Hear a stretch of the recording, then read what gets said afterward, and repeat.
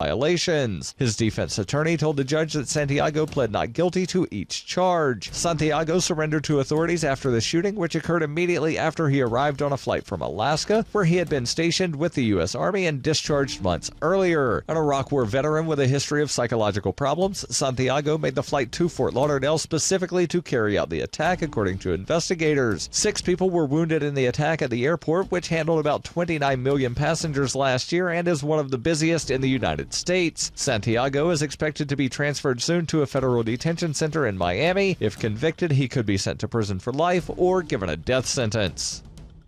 You can support FPP Radio by joining the Fans program. Fans are friends, allies, and numerous supporters. To learn more or to join the Fans program, visit fans.fppradio.com. This has been FPP Radio News, online at fppradio.com. For ages, scientists have associated the Earth's cosmic location with a wide spectrum of interstellar phenomena. But a study from the International Astronomical Union says that not only is the Earth far from the most interesting part of the cosmos, but is in fact located in the lamest, least awesome part of the universe. We're billions of light years away from any supermassive black holes, interstellar explosions, or really anything even moderately cool. Our nebula just sucks so hard in comparison to some of the things out there. Not only is the planet Earth and its solar system, quote, basically the most boring region of the entire universe, but a number of irregularly shaped galaxies illuminated in the Hubble Ultra Deep Field prove to be infinitely cooler than any of the weak-ass, boring-as phenomena occurring in the Milky Way. I mean, there's a black hole out there that weighs 21 billion solar masses, and it's 336 million light years away. Our black hole? It couldn't tear a mid-sized star apart. We're the cosmic equivalent of a cul-de-sac. This is the Onion News Network.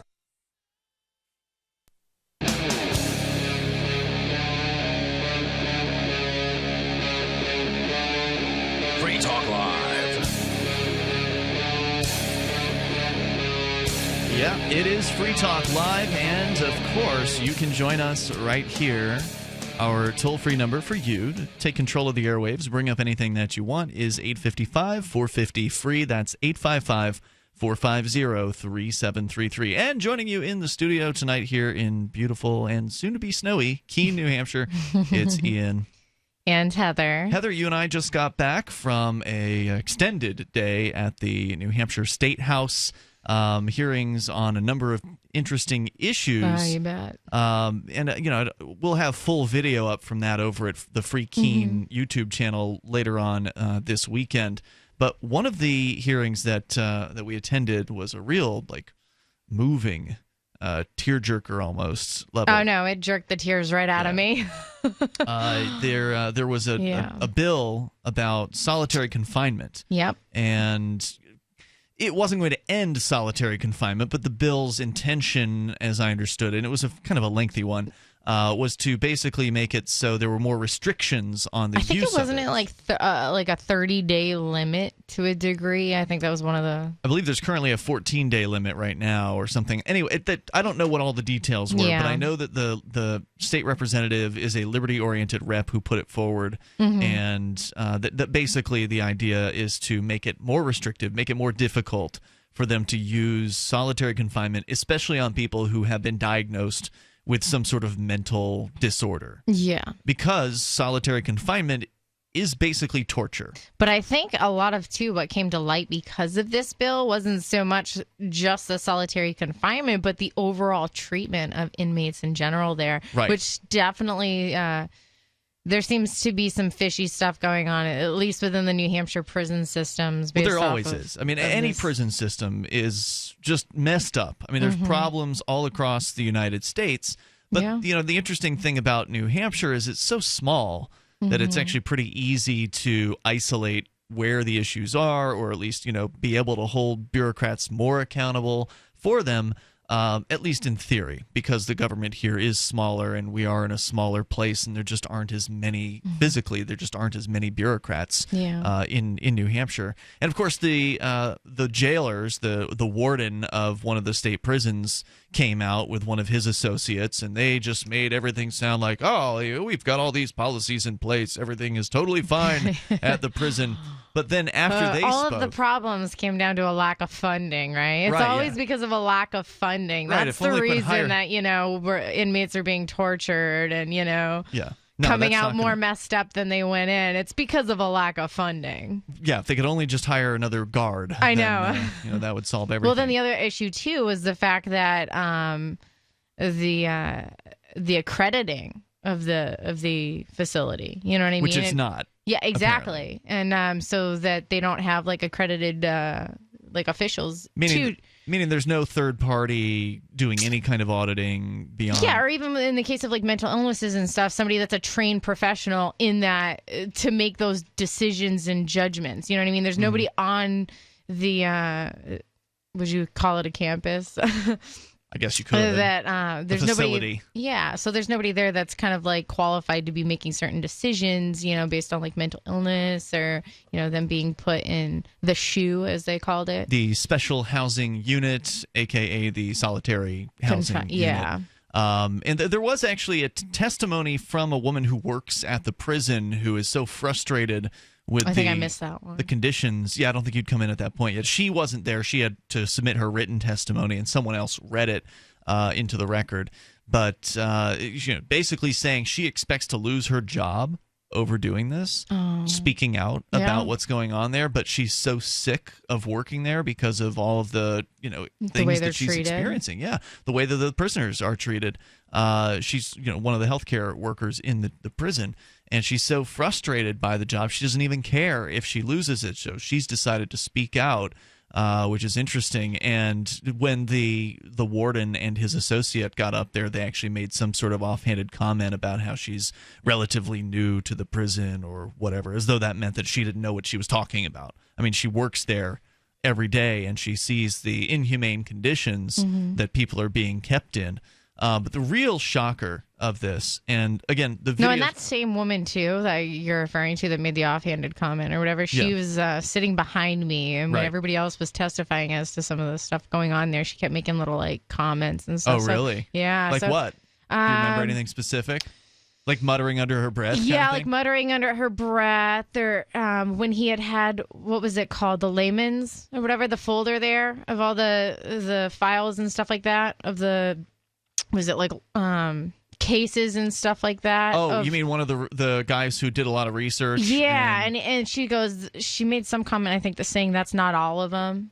Oh. Or something that the stack that he had in that folder or something. I'm sure she just wants to trot out all the wonderful shining success stories of the people who've spent time in that prison and are so much better off now. Yeah, show me one. I don't know any of them. I mean, I've known people who've been in that prison and they generally are not doing so hot. Once they get out. So the idea that anybody is being corrected in the Department of Corrections is pretty laughable to anybody that's experienced about this. But really, the part that was the tearjerker part came later. It was right toward the end, and it was after the bureaucrats had gotten up and spoken, and they'd said their piece about how great things were on the inside of the prison. Everything's just fine, just need more funding. Then this lady gets up, and I don't know. Do you want to try to recount what she said? So basically, you were there for the whole thing, right? So basically, her son, is one of those, that. It was battling with an addiction. He's in opiate addiction. He was in and out of jail for this because in America right now, a lot of states, it's still a crime to become addicted to a substance. Yeah, it's so tragic. And for some reason, we label these people criminals and stick them in prisons with, violent, real criminals. And so they end up, this causes psychological damage like it did to her son. So, you're spending 2 solid years in this prison that inhumanely treats its inmates, so they're not discriminating, hey, this guy's in here for a nonviolent crime, we're going to treat him more humanely than the guy that killed somebody. No, they treat them all like they're the bottom of the barrel. And they'll throw you in solitary, and the drop of a hat. And that's what they did to her son, to the point, and not only that, she made claims that they were leaving him in a room with no running water, with the lights on 24/7, in just his underwear. There were so many allegations that she made that... and that she says she has all the proof to back up a lot of this stuff, too. And I believe it. So then he's, getting out of jail, and he gets on the Vivitrol shot, Now, what is that? Do you know what that is? I'm not familiar with it. It's supposedly a shot that, blocks the receptors in the brain. I could be totally wrong on this, but something to do where it blocks the receptors so that people don't feel a high. So you could shoot up heroin, but you don't feel it doesn't do anything. So it blocks you from being able to feel that. But for whatever reason, I don't know if it wore off or you have to repeatedly get this shot, but it obviously, it didn't work, and he would reoffend and then end up violating his parole, going back into jail. And the side of this endless cycle. Which, and her story isn't unique. That's the thing that's really crazy and tragic about this. I mean, her story is tragic, and we'll tell a little bit more of it here in a moment. But she's just the tip of the iceberg. She's just the one mom who happened to hear about this hearing that was happening today. She said she didn't know about it until the day before or today. She happened to hear this hearing was going on. She shows up to tell her story. There are countless other moms and dads and brothers and lovers and people who've been in these circumstances with their loved one going to a prison, getting out, and then violating probation, because it's so easy to violate probation. The probation is basically designed for you to violate it. It is ridiculous. In some cases, they violate people's probation. So let's say you get out on probation for something. They'll say you happen to live with your mother right now, and is that right? Should I not have revealed that? No, I don't know. She's a guest or whatever. But your mom and you were living together.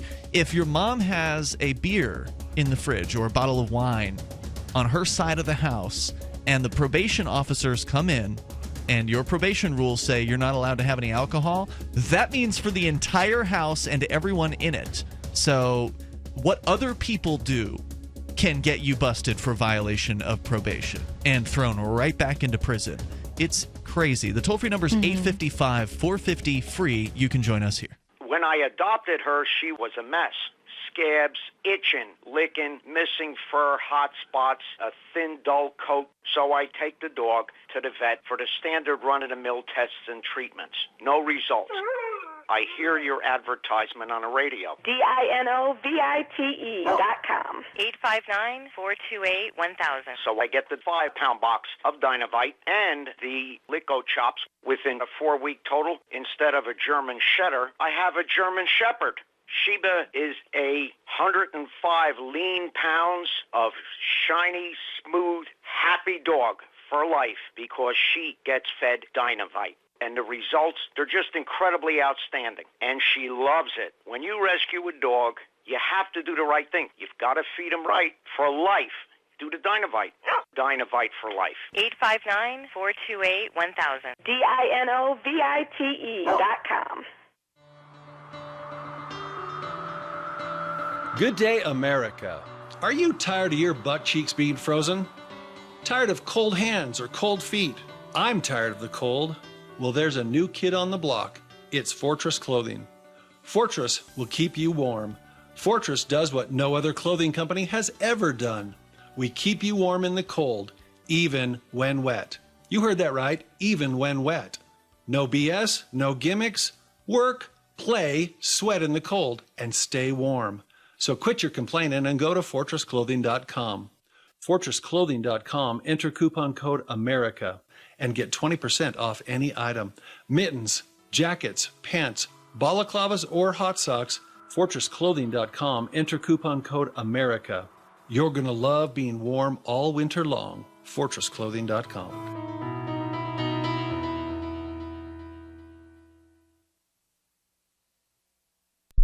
I've been told no in many different ways. I give you an order and you're going to obey it. George, you can go this way.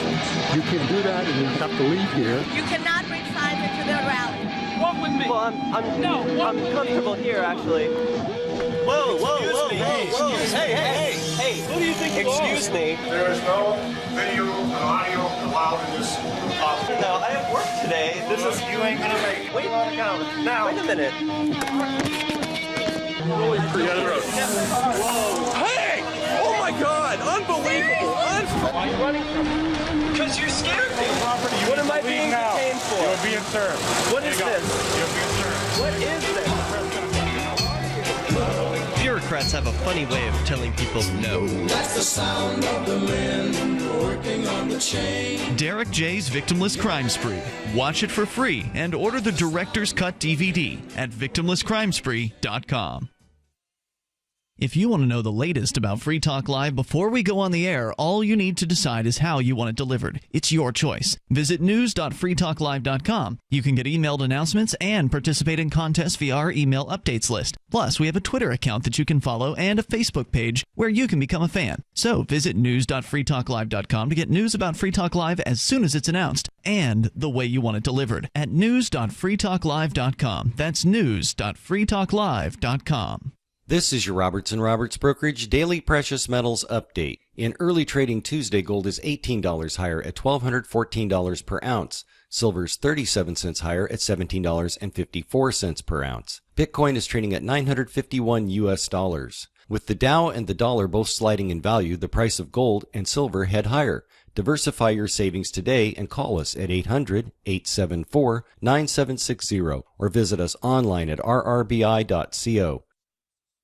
What's up next? Visit the Liberty Radio Network program guide to find out at shows.lrn.fm. That's shows.lrn.fm. Congressman, thank you so much for joining us. Appreciate you being here today. First of all, are you going to the inauguration? Oops.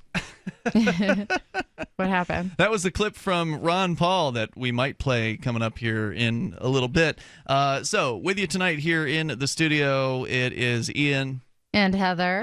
We're doing Free Talk Live, and I think that might have spooked the music bed there into coming into existence. So we'll just go without it. Should we finish up on that? The toll-free number here is 855-450-FREE. That's 855-450-3733. And what is Ron Paul saying about Donald Trump? That's what we're going to find out here in a few moments. But we were recounting some of our experiences from the you were saying something about my mom having a beer? Oh, yeah. Well, no, I was talking about I don't know if she drinks or anything. I know nothing about your mom. We're like beer and wine people. Mm-hmm. So my example was regarding probation and how easy it is to violate probation, because you were giving this story of a mother, not your mother, but a mother who had come to this hearing about solitary confinement to explain what her son's experience was like being a drug addict who was coming off of an opiate addiction while in prison, and then ultimately thrown in solitary confinement on more than one occasion, sent back to prison on more than one occasion after he'd gotten out because of violations of probation, which led me to sort of explain for some of our listeners who may not realize that probation is basically designed for violating it. And, they'll use probation as this sick tool to exert it's just an unbelievable level of micromanagement and control over an individual once they get out. It's so bad and so undesirable that some people who have experience with it, they know they'd rather just sit in jail. It's just sad, too, because if you think about it, it's like, humans make mistakes. Nobody is perfect. So the way that probation is, it's like you can't make one mistake. Pretty much. It's like saying you can't be human. That like if you make one mistake, we're going to throw you back in this prison with all these people. Like the psychological damage that can cause to somebody is really lifelong. It's permanent. There's we know people who've been pretty messed up just from doing like relatively this short woman's stints. son. I mean, he keeps getting out of jail. He tried the Vivitrol. They sent him to someplace, what was it, in Florida? A $25,000 program. Rehab. Yeah. And so he kept repeatedly trying to break this habit. But part of me thinks the reason, people like him can't is because of the psychological damage that's been caused by throwing them in prison in the first place. Yeah. Well, I mean, because the idea that's going to help them. They feel mentally and physically that they have such low self-esteem, like they're at the bottom of the barrel. Right. When you had this guy, wanting to get better, being stuck in solitary confinement, being treated like less than human by these prison officers, and what ends up happening? Her son finally overdosed, and she drops the bomb right at the end there. Like, her son died 6 weeks ago, and her exact words that really like I literally started crying in the room. Was, I'm glad my son is dead for the sole fact that he's no longer in prison being tortured and being put through the treatment that he was put through. That, to me, that was stunning. You hear a mother, like, as a mother, like what was going on in this prison that you have a mom sitting here testifying before state reps, that she's thankful her son is dead now because he's no longer suffering at the hands of those for at a that mom prison. To say something like that is really something, and it just shocking. reminds me why I'm an activist and why I do what I do, and I really I enjoy it. Yeah, and I'm glad that you're here because you've been making a splash in New Hampshire media. The video from your appearance last week, you showed up. Look, 2 weeks ago, you showed up at the State House, I think for the first... Was it your first time? It was my first time in the New Hampshire State House, yeah. Yeah, and you showed up and you testified on a hemp bill. Yep. And you don't think you did very well, but I thought you did great. And it's just the jitters. I hadn't publicly spoken like that in a while. It happens. I still get them sometimes. It just depends on the circumstance. And so anyway, despite your own self-critique, there was a guy in the audience who was there as a lobbyist, and he came up to you and asked you if you wanted to work for him, basically, as a lobbyist. Now, who knows what kind of firm he's got? I don't know if it's, No, I did a little digging, but it's just I don't want to tie myself down to anything just yet, But still, a nice first-time experience at the State House. The week after that, which was last week, you were interviewed by... both a television station and WMUR a newspaper, and the Union Leader, which is the big newspaper in the state, largest one. Yeah. Regarding they actually endorsed Gary Johnson. Regarding your testimony on the medical marijuana expansion bills, can you summarize what your testimony was? Because they didn't show any of your testimony in the actual news piece, and I wasn't there to record my testimony. That the bills, there was a couple of the bills, and they were to add. Qualifying conditions like opioid addiction, PTSD, chronic pain, was it fibromyalgia? Right. And a couple other ones. Yeah, expanding the conditions. And I particularly spoke with regards to the PTSD, chronic pain, and opioid addiction, which were all three that applied to my father, who... I testified, was a 30-year veteran. He was deployed more throughout my childhood than he was home, So toward the end of his career, he had his back operated on, and he had PTSD from some of the things that he'd seen. And after the back operation, the VA puts him on these high-dose painkillers to treat his back pain that he becomes addicted to. Opiates. Not only that, opiates. Not only that, they treat his PTSD with, psychotropic drugs that have suicide as a side effect.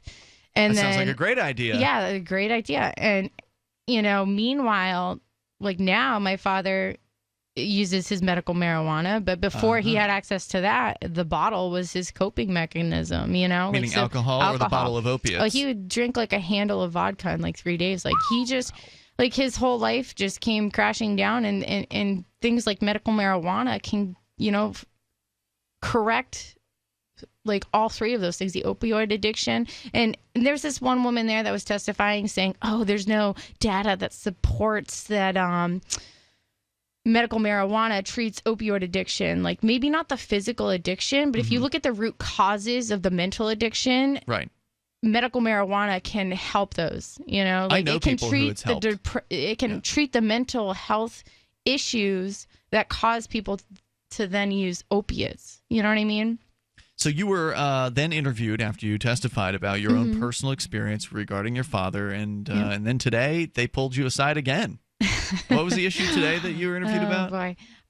It was a bill that regarding cameras being put police cameras, but this bill was a little different. I actually found it kind of appealing in the sense that what it suggested was if citizens complained to a department and filed complaints, let's say there was a particular officer who has repeatedly been complained about and had complaints filed, regarding his demeanor or the way he interacts with the public or allegations of assault or something like this, even if there's not enough to convict him of a crime or doing anything wrong, if there's repeated claims being made against the same officer, the police chief would then have the ability to request funds to make that specific officer wear a body camera if he believed that there was substantiated evidence. I think putting it in the hands of the police chief is a problem, but it's an interesting bill. Let's talk about it a little bit further here, because libertarians have disagreed vehemently on this issue of police body cameras. If you want to comment, you're welcome to join us here, and we'll talk more about, we'll get into Ron Paul coming up too. Our number here, 855-450-FREE. Free Talk Live. Had it been the sweet Paris air permeating the night? The intoxicating way her beauty had overtaken him? Whatever the case back then, Jordan Dunleavy is still in love with the memory of Lauren, the woman he'd lost so many years before.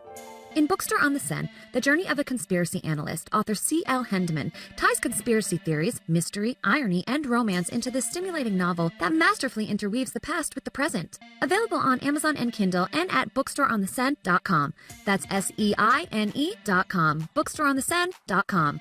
Worried about lead, fluoride, and other contaminants in your drinking water? Get a ProPure with the Pro 1G 2.0 cleanable reusable filter and remove up to 200 contaminants. Drink water the way nature meant it to be. Clean, crisp, and refreshing.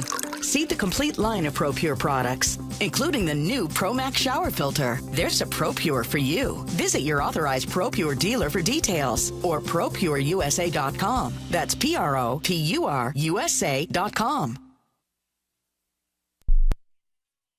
Angioprim can unclog blocked arteries and improve blood flow in all parts of your body. Angioprim is oral chelation. Easy, simple, liquid oral chelation. You take it with juice before breakfast and forget about it. Angioprim works fast, unlike old-fashioned chelation that takes hours. Just log on to angioprim.com. That's Angioprim, ANGIOPRIM, angioprim.com. Angioprim users say they have more energy, more strength, more endurance. Increased circulation and blood flow will make all your body parts work better. Log on to angioprim.com to get more information on how you can get started and start feeling better, having fun, and doing more again. Lots more. Talk to a trained Angioprim consultant. Call Angioprim toll-free at 877-882-7221. That's 877-882-7221. Or log on for complete information. Angioprim.com. That's Angioprim.com. Find out how Angioprim can work for you. Get the facts about Angioprim at Angioprim.com.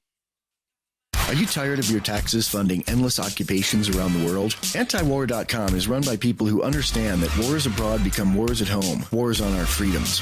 Antiwar.com is dedicated to bringing you the latest in news, views, interviews, and reviews from the top movers and shakers in the anti-occupation movement. Antiwar.com has it all, from thorough foreign policy analysis to interviews with whistleblowers who used to run the military-industrial complex. Anti-war, pro-free market. That's antiwar.com. Here's a chance to do a little activism while you're cruising Facebook, Twitter, or Google+. Between the LOL cats, the recipes, the hot girls, and the inspirational sunrise memes, Free Talk Live's posts pass by your newsfeed. Like them, comment. It gives us more exposure. If you don't see our posts, click like at facebook.freetalklive.com and then hover over it to click Get Notifications. It's an easy way to spread the ideas of liberty a bit further. I know you're busy, but you can spare that 1/10 of a calorie it takes to click on something. facebook.freetalklive.com. Free Press Publications is an independent, alternative media and publishing company founded in June 2009 with the mission of ensuring a free press for the freedom movement and is committed to spreading the message of peace, freedom, love, and liberty. FPP also gives new authors an avenue for publishing freedom-oriented material.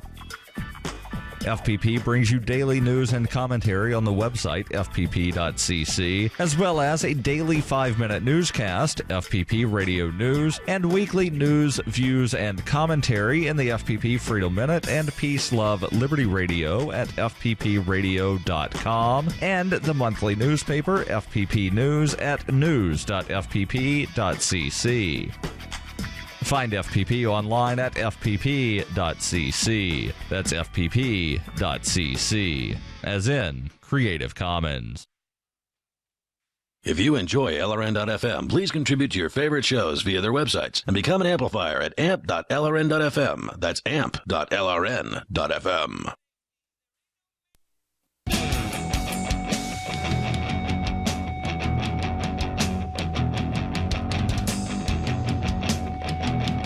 Hey, it's Free Talk Live. You're invited to join us on the radio waves here and take control of the airwaves at 855 450 free. And Acapulco is coming up in just a few weeks from now. And Heather, you said you're going, right? Yeah, I'll make a splash there. I'm only going for the tacos. Now, have you been down to Mexico before? Never. I actually just got my passport for the first time. I have also never gone to Mexico, so we're both going to be newbies together. I'm looking Although forward I am to a little nervous because I read online it's like the cartel capital of Mexico. Acapulco? No. Yeah. No. Yeah. Really? I I've read not that there were like pirates and all this other stuff in the water and in Acapulco? I mean, I've heard that obviously there's drug cartels down in Mexico, but something about people getting their heads cut off. I highly doubt that's going to be happening at the Mundo I think Imperial. I'm just going to be at the resort. Yeah, I highly doubt anyone's going to get beheaded at the Mundo Imperial Resort and Expo. But if you're worried about it, you probably shouldn't go to an Acapulco. But there will be hundreds of principled anarchists and voluntarists who will be there. Folks like Jeffrey Tucker, Larkin Rose, Adam Kokesh, Jeff Berwick, Roger Veer, Luke Rudowski, Josie Wales, Derek J. Freeman, Dr. Stephanie Murphy, and Lynn Ulbricht, the mother of Ross Ulbricht, the guy who's convicted of running the Silk Road. She's going to be there updating us on the latest on Ross's case. So very interested in getting down there and seeing some faces that I haven't seen in quite a while. Free Talk Live will be broadcasting from the event, and you might drop in for a little bit of that too. They're going to be discussing everything from entrepreneurship to investments, politics, philosophy, health, sustainability, lifestyles, and personal relationships for 4 days among the sun and beaches of a world-class resort. And I was looking at this thing online, this Mundo Imperial Resort and Expo. It's like super fancy. Oh, is it? Yeah. So anarchapulco.com, February 25th through the 28th. Go get your tickets there now. It's coming up fast. Anarchapulco.com. As we continue here, we were talking about police cameras, and I thought it would be interesting just to kind of have this discussion because it's been a while since we've talked about the issue just in general and kind of from a libertarian perspective because this is one of those issues where libertarians disagree because generally the libertarian viewpoint is one of non-aggression, meaning that libertarian is against the use of or the threat of force in order to achieve political or social goals. But given that the government already exists, and I wish it didn't, but given that it does, and that it is receiving funding through the use of force, then the question becomes, well, what is the libertarian position, if there even is one, on the use of police body cameras? I don't know that you could argue body cameras as a libertarian idea because for this whole because the funding for them, you're gonna have to tax people in order to get pay for all of these cameras, pay to store the footage. I think if I had to guess, I would say the libertarian position is you have your right to record the police. That's your right. You know what I mean? It's just, you can choose to record your interactions with an officer or not. I think you're right about that, and I tend to agree that there isn't really a libertarian view on this. The libertarian view would be to have a voluntarily funded or non-coercively funded police force. And here's a good thing that was actually I just remembered that was brought up by one of the officers that was testifying on this bill was that if you make one of the officers wear a body camera, or if you make officers wear a body camera, do they then have to, every time they interact with a member of the public, due to the wiretap laws, inform that person that they are being recorded? No. That's funny that a law enforcement officer would ask that because he obviously hasn't read the wiretapping law. He was saying that that they would then have to do that. It would be an issue. So he was in opposition to this bill. He is wrong. There's an exemption for law enforcement in the wiretapping law. So, yeah, that's actually what the CEO of the ACLU that was there had brought up and brought to his attention right after. Let's get back into the issue, though, because it is something that libertarians disagree on, and we'll talk about the different sides of it. Of course, you are welcome to join us here. The toll-free number is 855-450-FREE. As we go to the phones, to the fun, Dale is listening in Arizona to K-Talks. Hey, Dale. Yeah, well, my name is Neil. I'm sorry about that. They totally spelled that wrong. Go ahead, Neil. Yeah. Anyhow, what's her name? I didn't catch it. Heather. Evan. Heather. I don't think you got to worry about losing your head in Acapulco, but I wouldn't take the $5 tour of Juarez. Juarez, one of the border towns. Okay. Yeah, you might be in big trouble there. Right. It's okay. I'll be at the bar. Now, have you with been my glass down? of wine. Have you been to Acapulco, Dale? Neil. I'm sorry, Neil. I need to write that down because it says Dale in front of me, so I'm going to keep saying it. So yeah, have you been to Acapulco, Neil?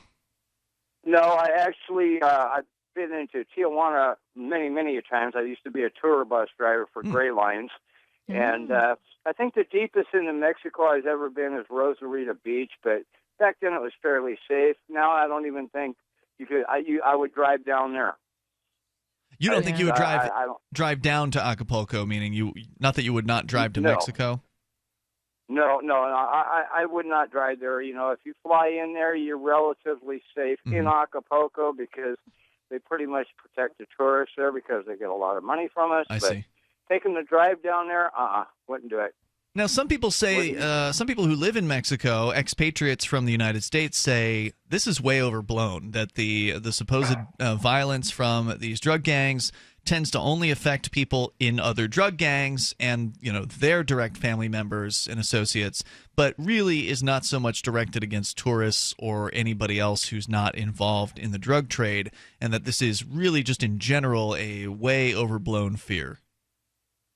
Yeah, but if you happen to be driving through the wrong place at the wrong time, you could lose your head. Well, I mean, that's true in Chicago. Then, as a woman, I think I kind of, have something extra. I mean, human trafficking is a real thing, you know what I mean? So Sure. But, I mean, that kind of bad stuff can happen in any big city. I mean, Chicago, there's been so many murders this year and last year. And so, I mean, you want to drive around Chicago, you could get caught in some crossfire, too. So, I mean, definitely you should know a thing or two about the place where you're intending to go and visit. Yeah. And there are some roads, I'm sure, in Mexico that are maybe of a higher risk than roads that, than some others. But, Neil, thanks for any feedback you've given there. Anything else you want to share? Go ahead. No, that'll about do it. It's just I wouldn't go out of my way to go to Mexico unless my life depended on it. All right. Thanks for the call tonight. I appreciate it. There are a lot of expatriates who would say that is just a sort of fear-based mentality that's not really based in the reality of their experience down there. That they just haven't had that experience. Now, maybe they're sitting cloistered up in some gated, rich expatriates community or something like that. But I tend to, believe the experiences of those who are spending 24 hours a day, 7 days a week down there, as opposed to somebody who's gone in on a visit here and there and spooked out about it. Joining us in the studio, it's Ian and Heather already, but also Melanie. Hey, Melanie. Hey. We weren't able to have you on last night due to some difficulties with scheduling, but it's good to have you in here. And it's actually good timing, too, because we were just talking about police body cameras.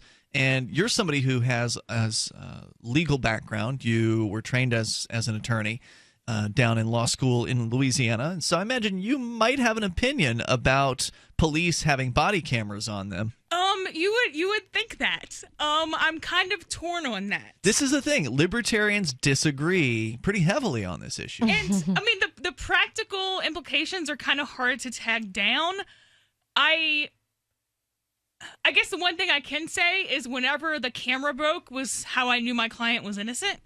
So, I mean, there's that. I mean, it's a camera. Even if you put things in them to, make them, in theory, not be able to turn off. I mean, there's things that somebody can figure out how to get around that. Do they have versions of the police body camera that don't turn off? Because all the stories I've ever heard are of, the officer turned off his camera, and, they have some sort of button that they can press to turn it on and off on most of the stories I've heard about. In theory, they do. I don't know if I believe that. You don't know if you believe that they have an on-off switch? I don't know if I believe that they have ones that don't. No, in theory, they have ones that don't turn off. Oh, I see what you're saying. Gotcha. Whether or not the police would buy those models is another question, because the officers certainly, they're going to use the claim that, well, I need to turn it off when I go to the bathroom, right? They'll use claims like that. Toll-free number here, 855-450-FREE. We're going to get into the discussion because it was one of the bills today in New Hampshire. And Heather, you spoke on it. We'll continue. It's Free Talk Live. What do you shop for that you could otherwise buy at Amazon? Pretty much everything, right? Amazon has competitive pricing and they deliver, and that's a big plus. If you could plan ahead in your shopping, would you be interested in saving up to 33%? There's a catch. You have to do your shopping in Bitcoin. But imagine those savings. It's like a huge raise. All you have to do is go to saveitpurse.com. We've saved thousands, and you can too.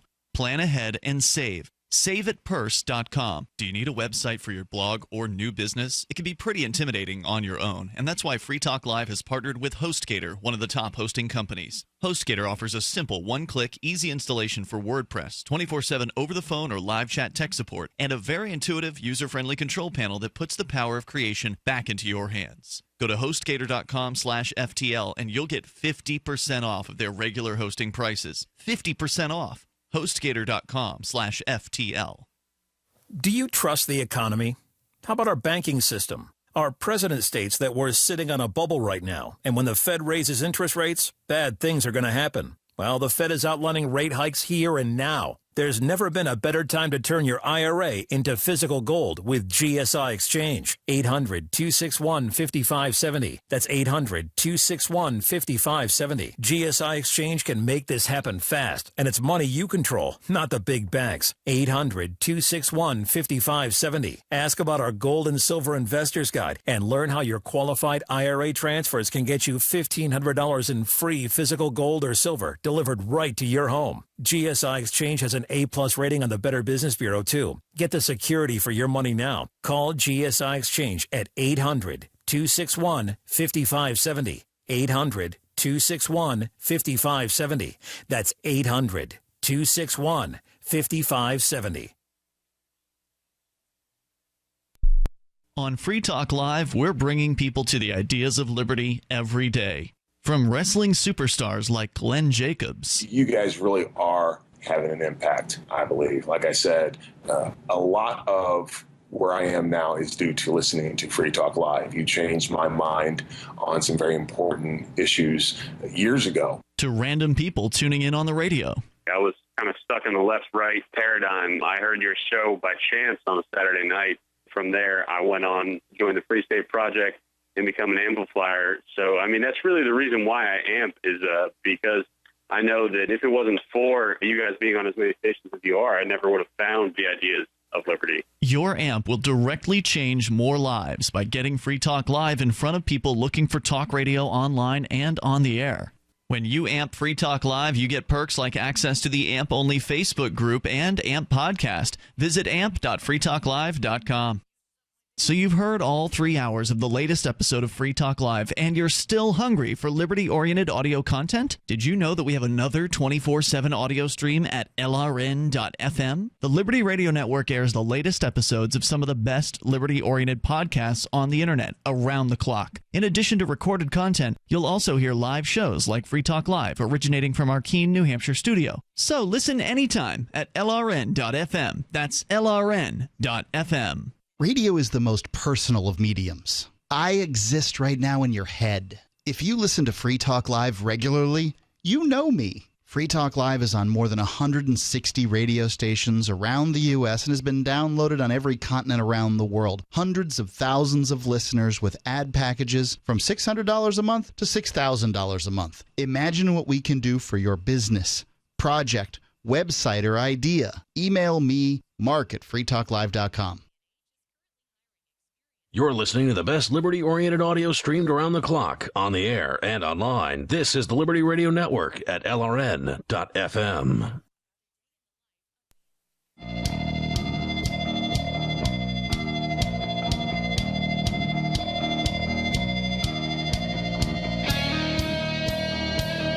It is Free Talk Live, toll-free number for you to take control of the airwaves. If you want to weigh in on the issue of police body cameras, What's the libertarian position on these? Mm-hmm. Is there one? Mm-hmm. I don't think there really is one. The toll-free number here is 855-450-FREE. That's 855-450-3733. Tonight, I'll be using MyPillow to go to sleep, and you could get one too at half off by using code FTL at MyPillow.com. It's a great pillow. It's the one I've been using exclusively since early 2016, and if it weren't a good pillow, I'd be using a different one because I've got others.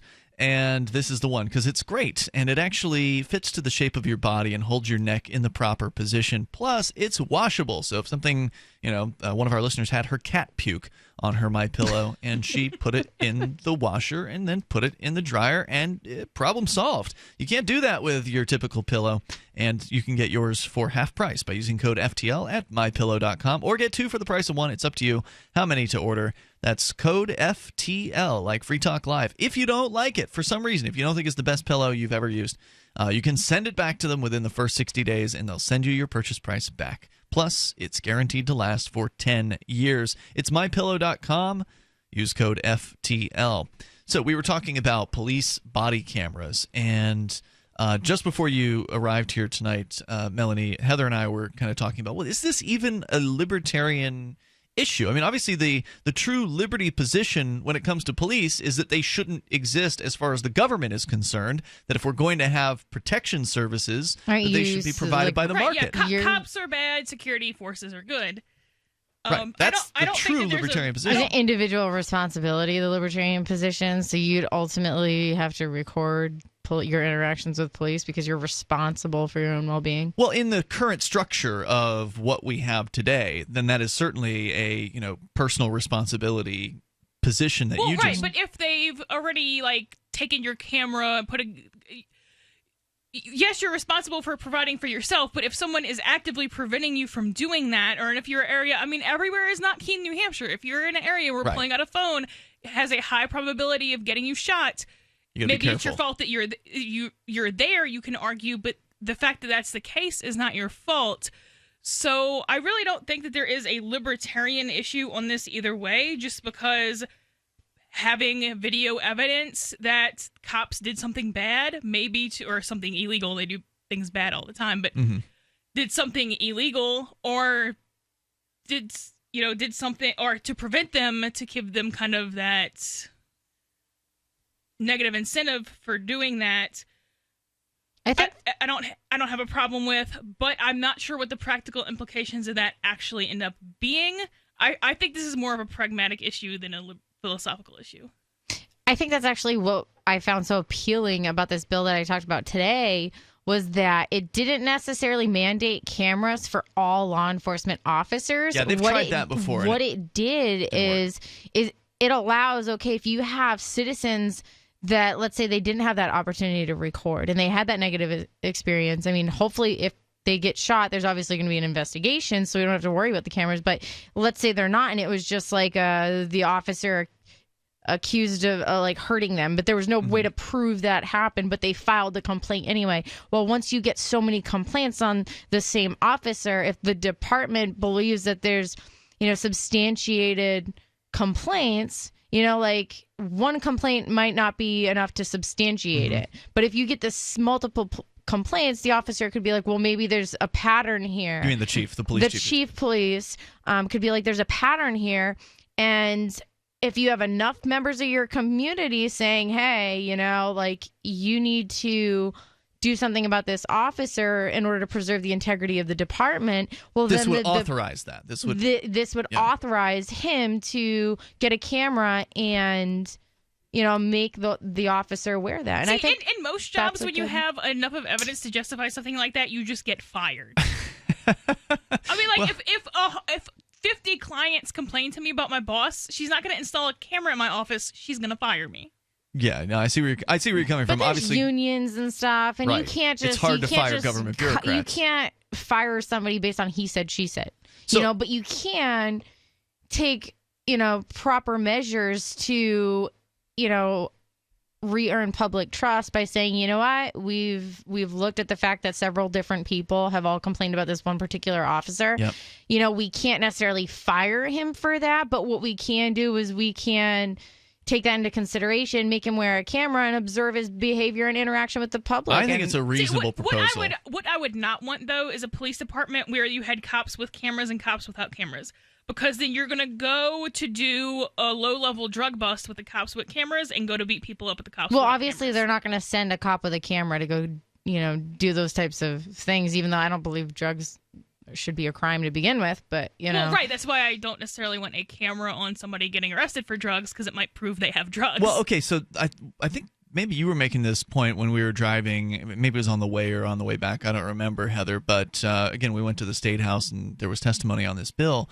And this is one of the kind of the benefits of this bill in that it doesn't require every officer have a camera. So therefore, the better officers who would, let's say, look the other direction if they come across a teenager with a bag of marijuana or bottle of liquor or something like that in their trunk or whatever. Yeah, I can say firsthand that I was with a friend of mine when I was a teenager, and there was an officer pulled us over, searched the car, found a bowl or whatever from smoking some pot. Right. Found her bowl, and basically chose not to do anything about it because he didn't believe it was a big deal. But had he had a camera on, he might have had to. His chief might have thought it was a bigger deal and fired him if he didn't, push charges. And so I think that's really kind of why this is a good idea in that it, first of all, it controls costs.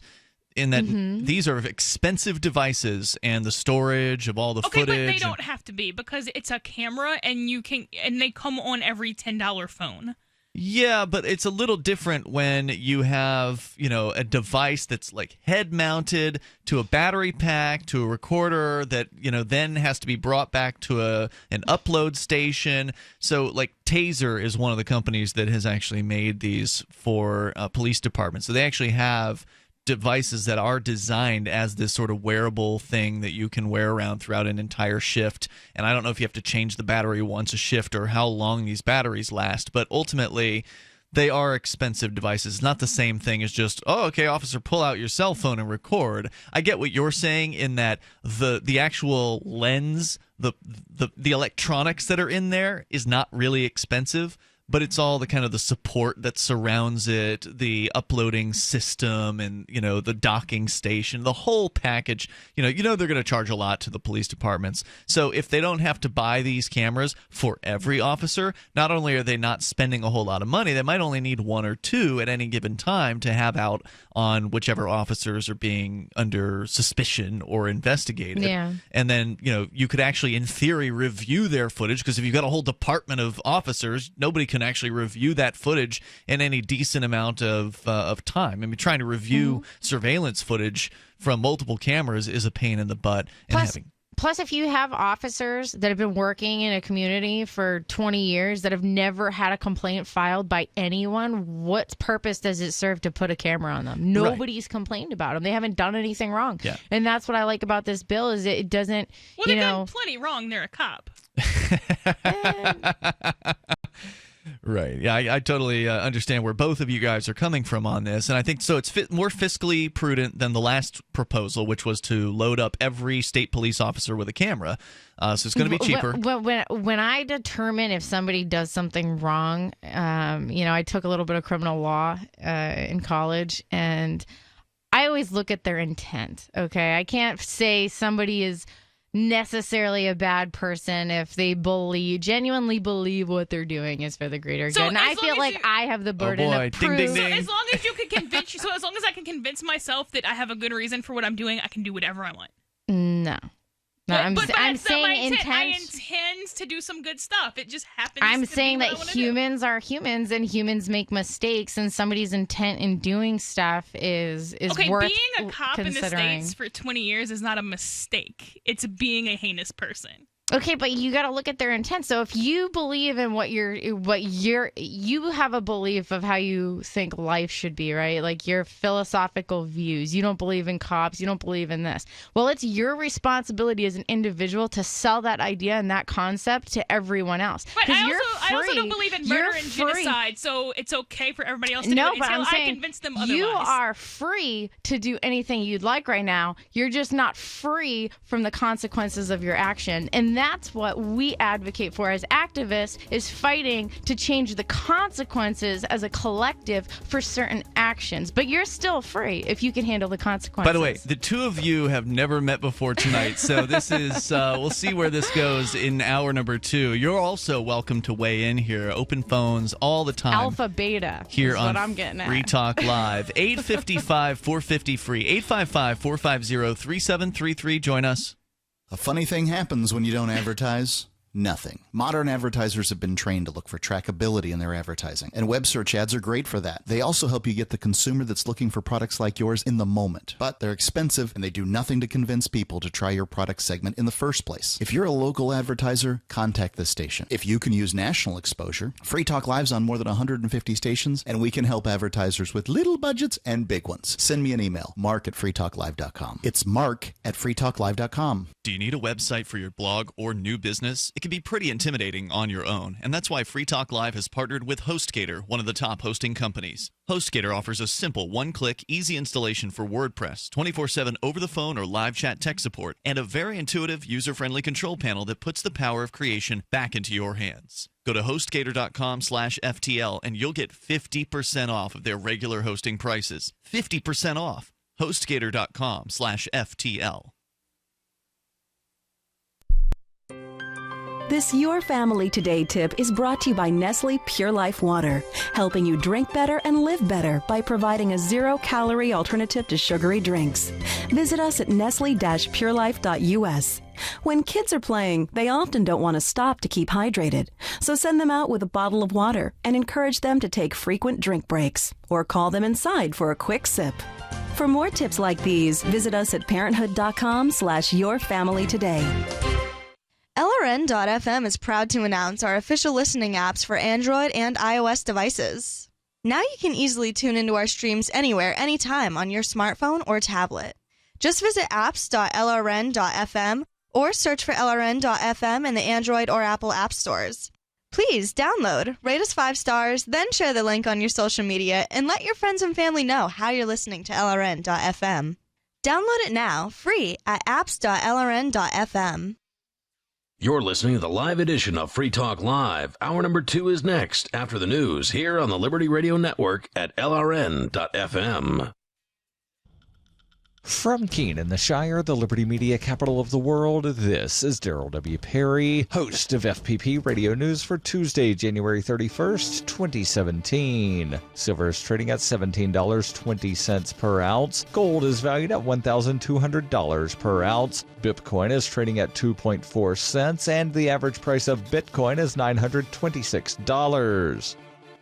Antiwar.com reports President Trump's executive order banning travelers from several Muslim-majority countries, as well as refugees, did not leave a lot of room for misunderstanding of its intentions, and multiple federal court rulings barring the implementation of parts of the order were similarly pretty clear. Among government employees, however, everything appears optional. The ban was panned by the State Department, and the Justice Department took it a step further, insisting that they're not even going to try to defend the order in court. Acting Attorney General Sally Yates added she doesn't think the executive order is even lawful and doesn't want department lawyers trying to defend the bans. This might be temporary for the DOJ, as Yates is an Obama holdover, and Senator Jeff Sessions of Alabama, if confirmed to take her place in a vote that could happen as early as Tuesday, he seems generally anti-immigration and likely to support the ban. With Justice Department lawyers or not, a lot of federal judges appear to be extremely skeptical of the ban, and there were multiple emergency court orders staying the implementation of various parts of the ban within the first 48 hours after the order was signed. The federal court orders don't appear to be taken very seriously by some agencies either, with growing calls for the Customs and Border Patrol to be held in contempt for not complying with an order by Judge Leonie Brinkema to give detained legal permanent U.S. residents access to lawyers. Instead of letting the lawyers in to talk with the detainees, the Customs and Border Patrol instead just gave the detainees a paper copy of the judge's order and a list of lawyers from Northern Virginia who deal with immigration cases. Lawyers seeking to challenge the detention are running into a brick wall as the Border Patrol won't let them see any of those being detained or even telling them the names of the detained, and with no names, they can't file court cases on the behalf of the detainees. Multiple members of Congress even tried to get involved at Dulles Airport seeking to speak to Customs and Border Patrol agents at the site. They were shooed away by police, however, who insisted all the border agents are in a secure area that Congress doesn't have access to. Senator Cory Booker also demanded to see anyone from Border Patrol but was denied, with police only willing to take a written message to the agent, who are all behind locked doors. This could quickly set up a battle of two federal departments, with the police responsible for enforcing the court order working for the Justice Department, and Border Patrol forces determined to spurn those orders with the Department of Homeland Security. The White House largely did not address the risk of internal clashes or the Border Patrol controversy. They did, however, respond to the State Department's criticism of the ban by suggesting those diplomats who did not like it should resign from their posts or be replaced by people who are with the program.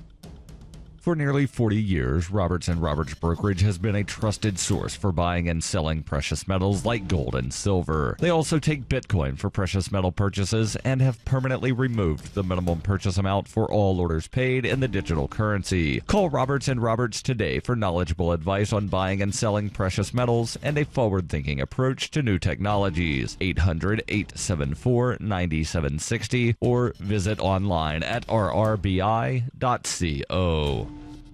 UPI reports the Army veteran accused of killing 5 people in a shooting rampage at a South Florida airport pled not guilty on Monday to almost 24 criminal charges. Esteban Santiago appeared at the federal courthouse in Fort Lauderdale for arraignment on 22 charges stemming from the January 6 slings at Fort Lauderdale Hollywood International Airport. He affirmed to the judge that he understood each of the charges against him, which include 10 homicide-related counts and several firearms violations. His defense attorney told the judge that Santiago pled not guilty to each charge. Santiago surrendered to authorities after the shooting, which occurred immediately after he arrived on a flight from Alaska, where he had been stationed with the U.S. Army and discharged months earlier. An Iraq War veteran with a history of psychological problems, Santiago made the flight to Fort Lauderdale specifically to carry out the attack, according to investigators. 6 people were wounded in the attack at the airport, which handled about 29 million passengers last year and is one of the busiest in the United States. Santiago is expected to be transferred soon to a federal detention center in Miami. If convicted, he could be sent to prison for life or given a death sentence.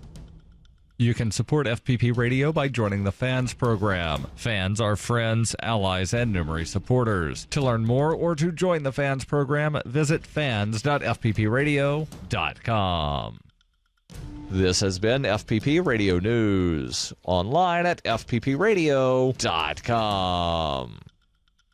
This is the Onion Week in Review. Allentown, Pennsylvania 5-year-old Trisha Billings announced from her dining room Saturday that the circle was no longer her favorite shape. The landmark declaration comes just days after the 5-year-old changed her favorite color from red to purple. While experts have struggled to determine what Billings' interim favorite shape will be, the 5-year-old assured reporters that the majority of her favorite things will remain consistent for the time being. Disney executives revealed in an interview Friday that all of the company's animated and live-action movies take place in a single unified universe, saying Never Never Land is actually mere minutes away from the jungle where Timon, Pumbaa, and Simba danced in a straight line and sang Hakuna Matata. Company heads stated that every character from Air Bud to Jiminy Cricket all inhabit the same interconnected world, just as Walt Disney envisioned it. A lot of people don't know this, but Daryl Hannah's character in Splash actually lives in the exact same coral reef where Nemo went missing. And if filmmakers so desired, they could have Princess Jasmine, for example, hop into Herbie Fully Loaded to go watch the Jonas Brothers 3D concert experience.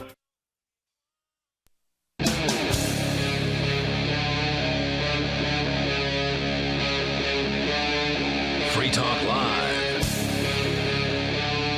It's Free Talk Live, and of course, you can take control of the airwaves here. Our number is 855-450-FREE. That's 855-450-3733. Oh, can you hear the libertarian tears right now? Donald Trump did not choose Andrew Napolitano for the Supreme Court position, as many libertarians were. And also, I don't have a pet dragon, in case we were just announcing obvious fantasies. Right. So, it's really been kind of sad to watch some of the libertarians out there who have just kind of been fawning over Donald Trump and not using the level of critical thinking that they really should be when it comes to this guy. And I'll admit, I understand. I would say that judgment goes for everyone that voted for him too, regardless of Libertarian or Republican. There are a lot of Libertarians who didn't vote for him and who would not have voted for him, who have been posting on Facebook like, wow, Trump did jumping this! on the bandwagon. And like the most recent version of how this. is that different than you posting, wow, Obama pardoned a bunch of drug convicts? Well, that's actually something Obama did. That's good, though. That he deserved. If somebody does something right, whether it's the police or Barack Obama or Donald Trump, I'll say when they did something right. You talk about things he hasn't actually done yet. No, and I'll give you an example of this. So, like, there are a bunch of people posting on social media, and we talked in detail about it last night, so I'm not going to dig too deep into it, but this thing you might have heard, Donald Trump's going to have them repeal 2 regulations for every 1 new regulation. You heard about that, right? Yeah, and that's regulating ridiculous. the regulations. That would also be like really minute improvement anyway. Well, it sounds nice on its face, but the reality is we looked at the order that he wrote. So there's all the headlines, there's all the buzz, and then there's what the order actually says. And the order says that the federal agencies are ordered to identify 2 regulations for elimination, not actually eliminate them. So all that it requires that they do is if they want to make a new regulation, they have to identify 2 that could be eliminated. Not that they have to eliminate them. It's not clear in the bill that anyone has to do anything to eliminate. And even if they did, even if it was written that way, there are exemptions written into the bill for certain types like military and other departments are already granted an exemption, and then the director of whichever bureaucracy we're talking about here, the OMB, that's what it was, the Office of Management and Budget, I believe is what that stands for. The director can then exempt whoever he wants. He can just exempt any old bureaucracy he wants from this supposed new rule. So the fact is, even if it was a requirement, and it doesn't seem like it is to repeal the 2 for everyone, then they could exempt as many as they want. But even if it was what people are saying it is, that's still not really that exciting. First of all, it's not really the case that 1 law is less than 2 laws. That's not how laws work. And you're still so you're getting rid of 2 regulations, so you're having regulatory growth. Okay, well, whatever. We still have a ridiculous amount of regulations. We have hundreds of regulations. What if it was 10 to 1? Would that be like a big deal? I mean, probably not. I think it's a good idea, and it's something that I've never heard like at the national level talked about. But as far as I'm concerned, it's just talk. There's nothing that's actually happened so far. And you've got all these libertarians posting on social media like, all right, Trump, and it's just take a moment here and remember that this guy is a politician. He may sound different and behave differently than politicians you're used to, but until something actually happens, then it's just talk. It's like he's still campaigning. Until we get a reduction in the amount of taxes taken out of our paychecks, what's it going to look like? Still just handing money over to a minority of people, and they're deciding how it gets spent. That's why I say let's take the temperature a year from now and see if there actually are fewer regulations. I bet you there won't be. And I'd love to be wrong about that, and maybe. Well, that's hard to count anyway. So you take 2 regulations and you go in the Word document and you delete the heading on the second one, and now they're 1 regulation. This is not something that's easily measurable. That's one of the other questions I had was, well, how do you define a regulation? Is it, do you have to remove 2 paragraphs for every one? Does it have to, is it 1 sentence for every 2, 2 sentences for every one? Or can you, add in a, whole multiple pages of regulations, call that 1 regulation, and then repeal 2 sentence-long regulations as a result. So I'm sure there's all kinds of wiggle room in this, especially given the obvious exemptions that were programmed into it. Even on its face, this means nothing. Right. But yet, people are all excited if it even said what they're saying about it said, which it doesn't. So I brought that up as an example of here's the latest one. People were posting about Donald Trump is talking to Andrew Napolitano. Now, Andrew Napolitano, for those that don't know, Fox News commentator, or he was. I don't think he is. I think he's still like he makes appearances on there, but he used to have his own show, and he was called The Judge because he's been a judge at some point, and he's pretty libertarian sounding. Like, I don't know how he would describe himself politically. Well, he said he was an anarchist. Did he say that? Yeah. Okay, so he's a pretty liberty-oriented dude, and so of course Donald Trump talking with to tax him. dollars? I don't think he currently works for the government. I'm not sure about that. I'm not aware. Well, I guess he was a judge at one point. He was but at one He hasn't been a point. judge for a while. Yeah. He worked for a news agency. Yeah, he's a commentator basically at this point. And so, the fact that Trump had talked to him just got all the libertarians up in a tizzy about, this could be the new Supreme Court. Well, guess Trump what? also He's not. talked with Kanye West, but Yeah, there you go. you don't he's see him. not the new Supreme Court judge. They've nominated Judge Neil Gorsuch. Or Gorsuch, I'm not sure how you pronounce that. That is the person who was chosen tonight. It was just announced just at the top of the hour, apparently. We'll tell you more about that in moments. But let's go to David. He's on the line.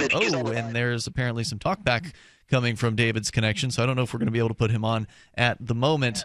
So we'll see about that coming up here in a little bit. Toll-free number tonight, 855-450-FREE. That's 855 450-3733. So we were talking about the police cameras and whether or not this is a libertarian issue. I think that there wasn't a whole lot of consensus in the room on the topic and where we ended up going, but I think we did agree that it's not really a libertarian issue on its face. I don't think it is.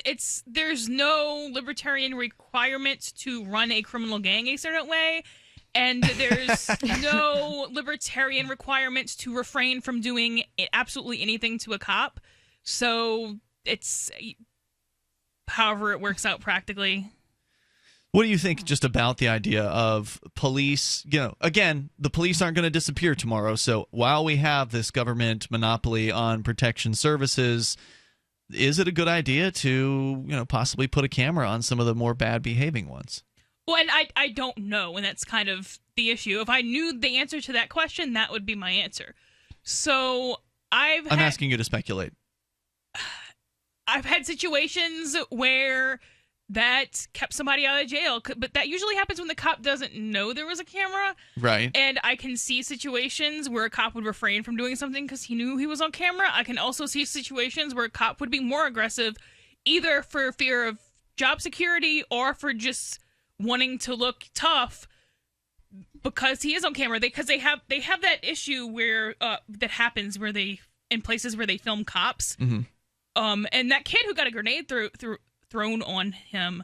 You mean the little baby? Yes. Okay. Actually, that was originally an episode. I mean, they didn't film that, or they didn't show that episode. That part. But I think they probably didn't show that whole episode. But that was an cops, episode. Was there? It wasn't cops. That was 24. Wait a minute. That's a fictional show, right? It was. Maybe it was 24 something, but it was. Okay. It was. There's it was a real police case show. though of that. It was a police. Yeah, that's what she's talking about. You're saying that they were recording the police going on a real raid. That's what you're saying. And the speculation was from some of the plaintiffs' attorneys or some of the victims' families' attorneys that the cops wouldn't have thrown a grenade through a window blindly if they weren't showing off. Yeah. So I don't know about that. That is pretty speculative because they do love to break windows and throw grenades and stuff. The defense attorneys in that town would have a better idea than I would, but I can definitely see.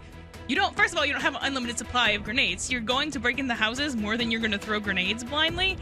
So that might be true. I don't know. Maybe these cops throw a grenade at every house they go to. I don't know, but I kind of doubt it. I think you should just stop giving cops grenades. Yeah, well, that's not a bad idea. The toll-free number here, 855-450-FREE. That's 855-450-3733, and you can join us and take control of the airwaves. Also, Skype in at Skype username LRN.FM.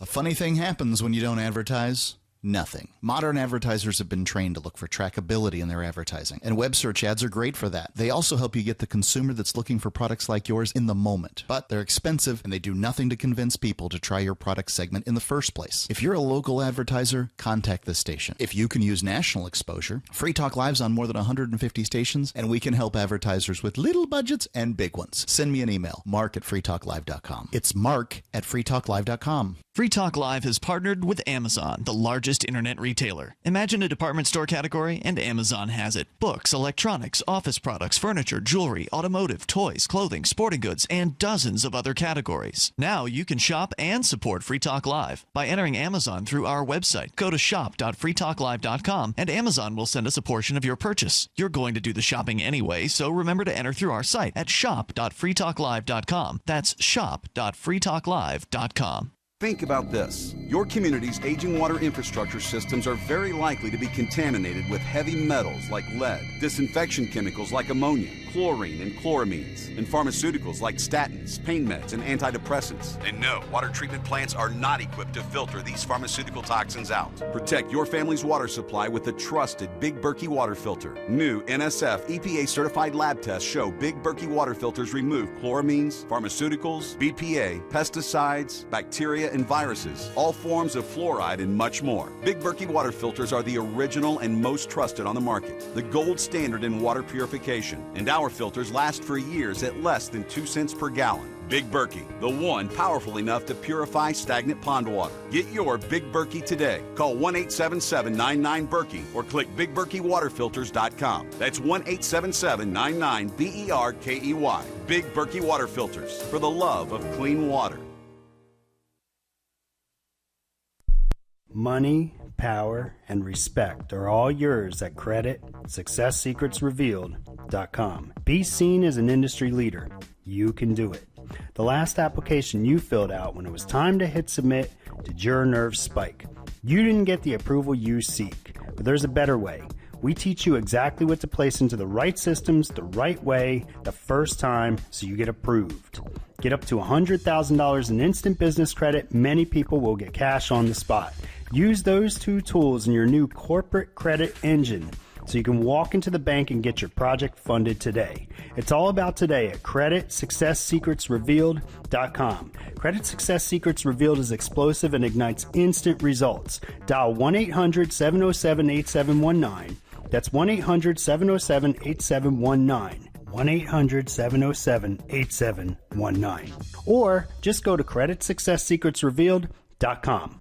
You may already know about the Free Talk Live audio-on-demand phone line at 641-793-9660. Did you know that not only can you listen to Free Talk Live via your phone, you can also leave a message and have it delivered to Free Talk Live's hosts? To leave us your thoughts, just dial 641-793-9660. That's 641-793-9660. Press 2 for Free Talk Live, and then hit 0 to leave your message. What do you shop for that you could otherwise buy at Amazon? Pretty much everything, right? Amazon has competitive pricing and they deliver, and that's a big plus. If you could plan ahead in your shopping, would you be interested in saving up to 33%? There's a catch. You have to do your shopping in Bitcoin. But imagine those savings. It's like a huge raise. All you have to do is go to SaveItPurse.com. We've saved thousands, and you can too. Plan ahead and save. SaveItPurse.com. While our satellite channel is free to listen to, it's not free for us. You can help us cover our satellite costs with the chip-in on the right side of the page at LRN.FM.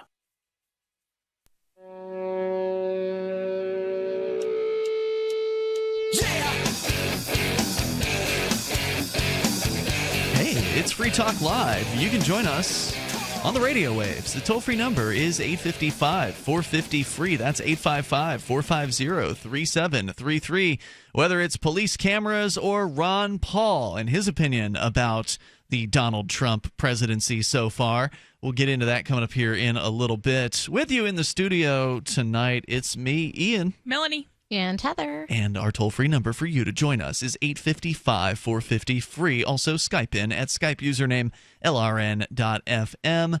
And if you've ever thought about starting up your own website or blog, here's how to do it easily. You go to HostGator.com/FTL. And not only are you going to get 50% off of their regular prices, but you'll also get simple, one-click, easy installation for WordPress, 99.99% uptime rating, 24/7 over the phone or live chat tech support, and a very intuitive and user-friendly control panel that puts the power of creation and the simplicity of use into your hands. And that's just scratching the surface on their features. Go on over to HostGator.com/FTL to learn more and get that special discount of 50% off for Free Talk Live listeners. That's 50% off their regular prices over at HostGator.com/FTL. We're going to try David one more time here. I checked him out during the break there, making sure his audio was working correctly, and I believe it is. Go ahead, David. You're on Free Talk Live. Hey, what's everyone? What's up, everyone? So, question, Heather. You were talking in an earlier segment about whenever you look at some action that somebody takes, first you really look at their intent before you make a distinction on whether it was moral or not. Is that sum it up? No, it's I look at their intent before I go making haste judgments. You know what I mean? I want to make the world a better place, and I think in order to do that, it involves understanding the people that you want to make better. So, for example, if a law enforcement officer does something or enforces a law I think is unjust, part of me communicating how that law is in fact unjust is by understanding where is the officer coming from and why he's enforcing it. Does he have ill intent? And a great example of this was when it comes to speeding tickets, right? A lot of libertarians, anarchists, they're anti-speed limit, you know what I mean? And the argument that I heard from a law enforcement officer once was, while it seems like we're the bad guy because we go around handing out tickets, to people that are driving recklessly, you pull a dead child from a car and have to tell the parent, because somebody was driving 90 to 100 miles an hour, hit the car, and then say it's a bad idea to then, have a punishment enforced as a collective group that punishes people that drive at excessive speeds. So I can see both sides to issues, and I think, before I'm going to go saying, oh, all cops are bad and all of this other stuff, I look at the intent behind a person before I make a judgment. So I mean, are you saying that, stealing is always wrong and there's never a valid moral justification for it? I mean, you got to do what you got to do to survive. You know what I mean? I can't fault somebody that's going to steal food because they don't have any to eat, I can fault them for that. Isn't there a difference between understanding why somebody did something and still calling that something an immoral act? It is definitely immoral to steal things. I think that, in the example, the classic example, of course, is somebody who's in some sort of disaster scenario, a hurricane or whatever. They're starving, and then there's the bread storefront that they can just go in and they can take something out of it. I think that in the moment, in some sort of dire situation, it's one thing to keep yourself alive, but I think the right thing to do then would be to go back to that place and pay back what it was. And then I also have to ask, okay, so if you're living in at least in the States or in most developed countries, we have warnings for these kind of things, so why were you there in the first place to be in that position? Yeah. So you can't put yourself in a position and then say that it's everyone else's responsibility to now bail you out of it every time. But yeah, you should fault people for stealing, even in dire circumstances. I'm not saying I don't fault people. I'm saying I understand why they do it. You know what I mean? Well, that's different. Right. I mean, it's still wrong, but there might be, to one degree or another, some type of, I don't know, corner case that you might would understand, right? But I mean, it was just interesting hearing you talking about the jumping from what we were just talking about to what you were talking about earlier, Heather, about the speeding ticket and why cops do it and their justification. I mean, because when you think about it, I see what they're saying. They think they're saving children, but in fact, what they're doing to stop that is, I mean, they're not just passing by people and giving suggestions, right? They're threatening to kill people. That's what blue lights mean. Pull over, I could kill you. I disagree. That is exactly what it means. I mean, a traffic stop is a death threat. Try not pulling over for them, why Heather. would I pull over? Exactly. I'm not pulling over just because I got time to kill and feel like talking to a cop. What do you think they're going to do to you if you don't pull over for them? No, I mean, I don't know. Technically anybody can kill anyone at any point in time. But what do they do when people don't pull over? It's not like we have you don't have to speculate. Yeah, I mean, we can go test this.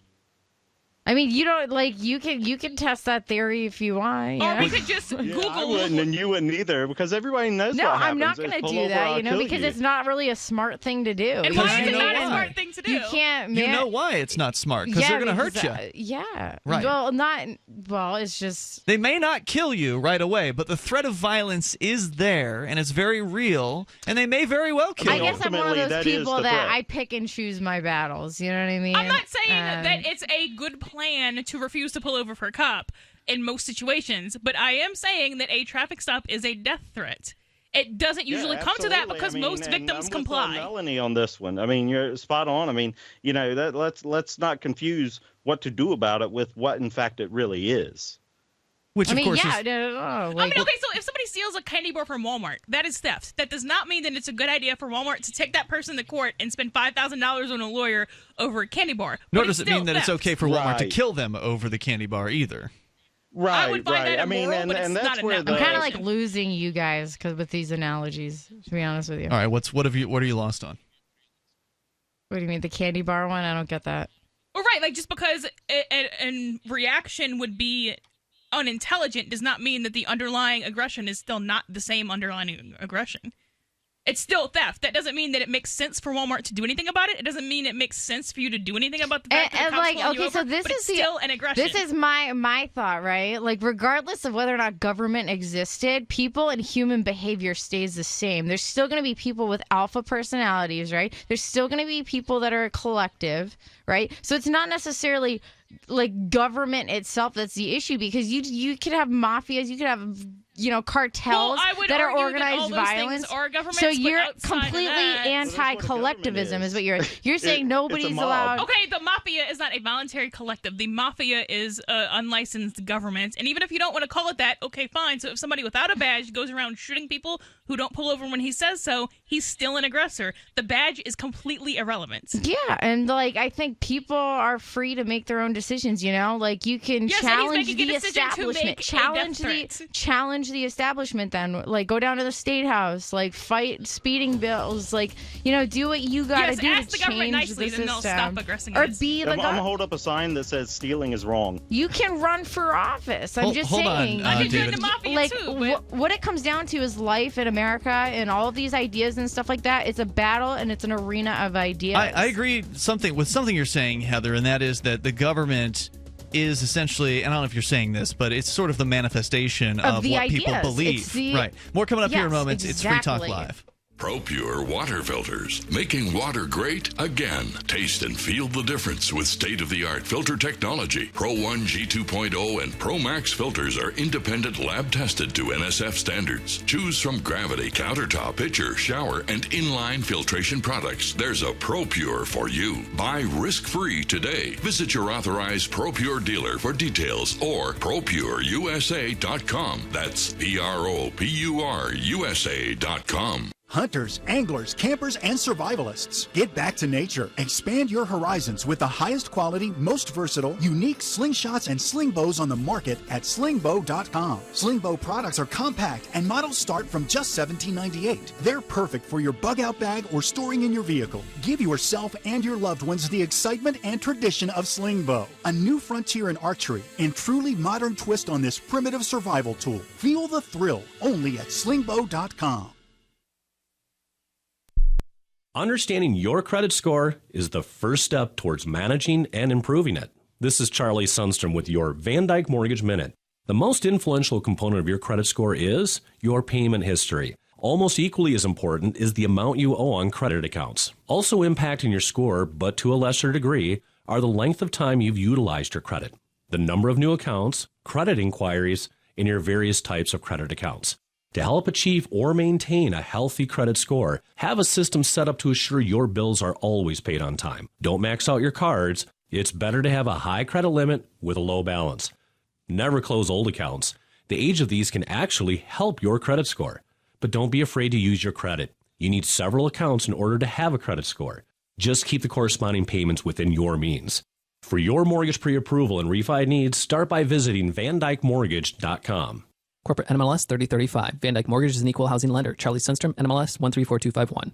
This is your Robertson Roberts Brokerage Daily Precious Metals Update. In early trading Tuesday, gold is $18 higher at $1,214 per ounce. Silver is 37 cents higher at $17.54 per ounce. Bitcoin is trading at $951 US.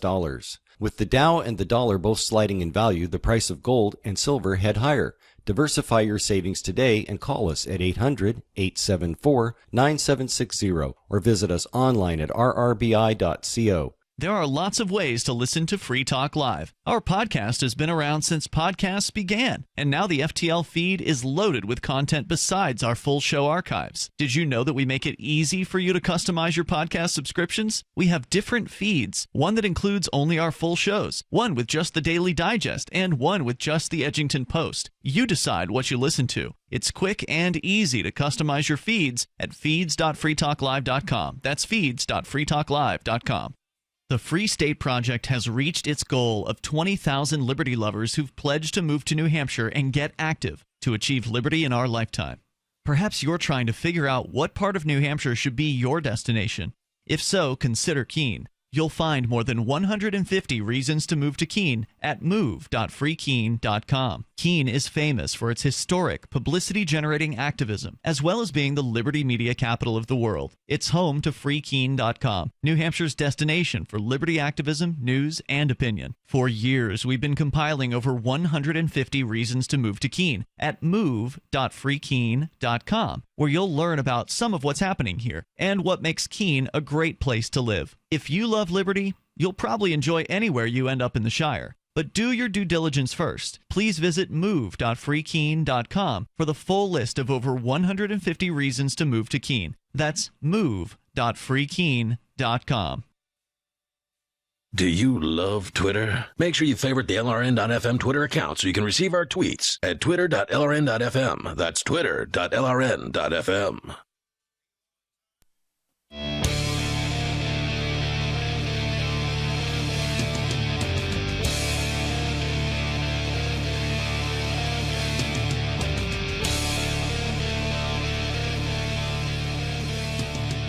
It is Free Talk Live, and of course, you can take control of the airwaves. Bring up whatever's on your mind. Our toll-free number here is 855-450-FREE. That's 855-450-3733. Things are getting a little heated in the studio here tonight. It's not. Well, yeah, it's all just for fun. But we do have people with different opinions, and that's always interesting. Our toll-free number again, 855-450-FREE. Skype username is LRN.FM. With you in the studio, it's Ian, Melanie, and Heather. And don't forget, you can go and shop with Free Talk Live and help Free Talk Live continue our mission of spreading the ideas of liberty and peace as far and as wide as possible. Get the stuff you want at the same time at the great prices that you're used to from Amazon. All you have to do is enter the Amazon links that you'll find over at shop.freetalklive.com. There's Amazon Canada, UK, and US. You just click into the right Amazon for you and get your shopping done, and Free Talk Live gets a cut of the sale. Again, that's shop.freetalklive.com. As we continue here, we'll take your calls and thoughts. We still have David on the line. We were talking about the government, and we got into the kind of this discussion about, you know, are they a criminal gang? Well, the people here on the air tonight, David, our guy here on Skype who's called in, Melanie, and myself, I think we all agree the government's a criminal gang. Now, Heather, I'm not trying to, outnumber you here or anything like that. It was okay. You may believe, do you think that they are a criminal gang? You just don't want to call them that because you're worried about what people will think? No. I'm just saying, I'm not saying whether it is or isn't a criminal gang. I'm saying that one blanket assumption, like what parts about it specifically are criminal, like you could argue, okay, it's technically not can criminal I finish? Because how about a legal gang? So what? Taxation is theft. Okay, my proposition: make taxes voluntary, right? Have a public list of everybody that doesn't want to pay taxes. Okay, and then the other thing I would say would be a good thing to kind of make government agencies operate more like nonprofits, allow people that did pay taxes and want to continue to pay taxes to be able to differentiate between departments where their tax money goes, so that departments would have to compete for the tax dollars.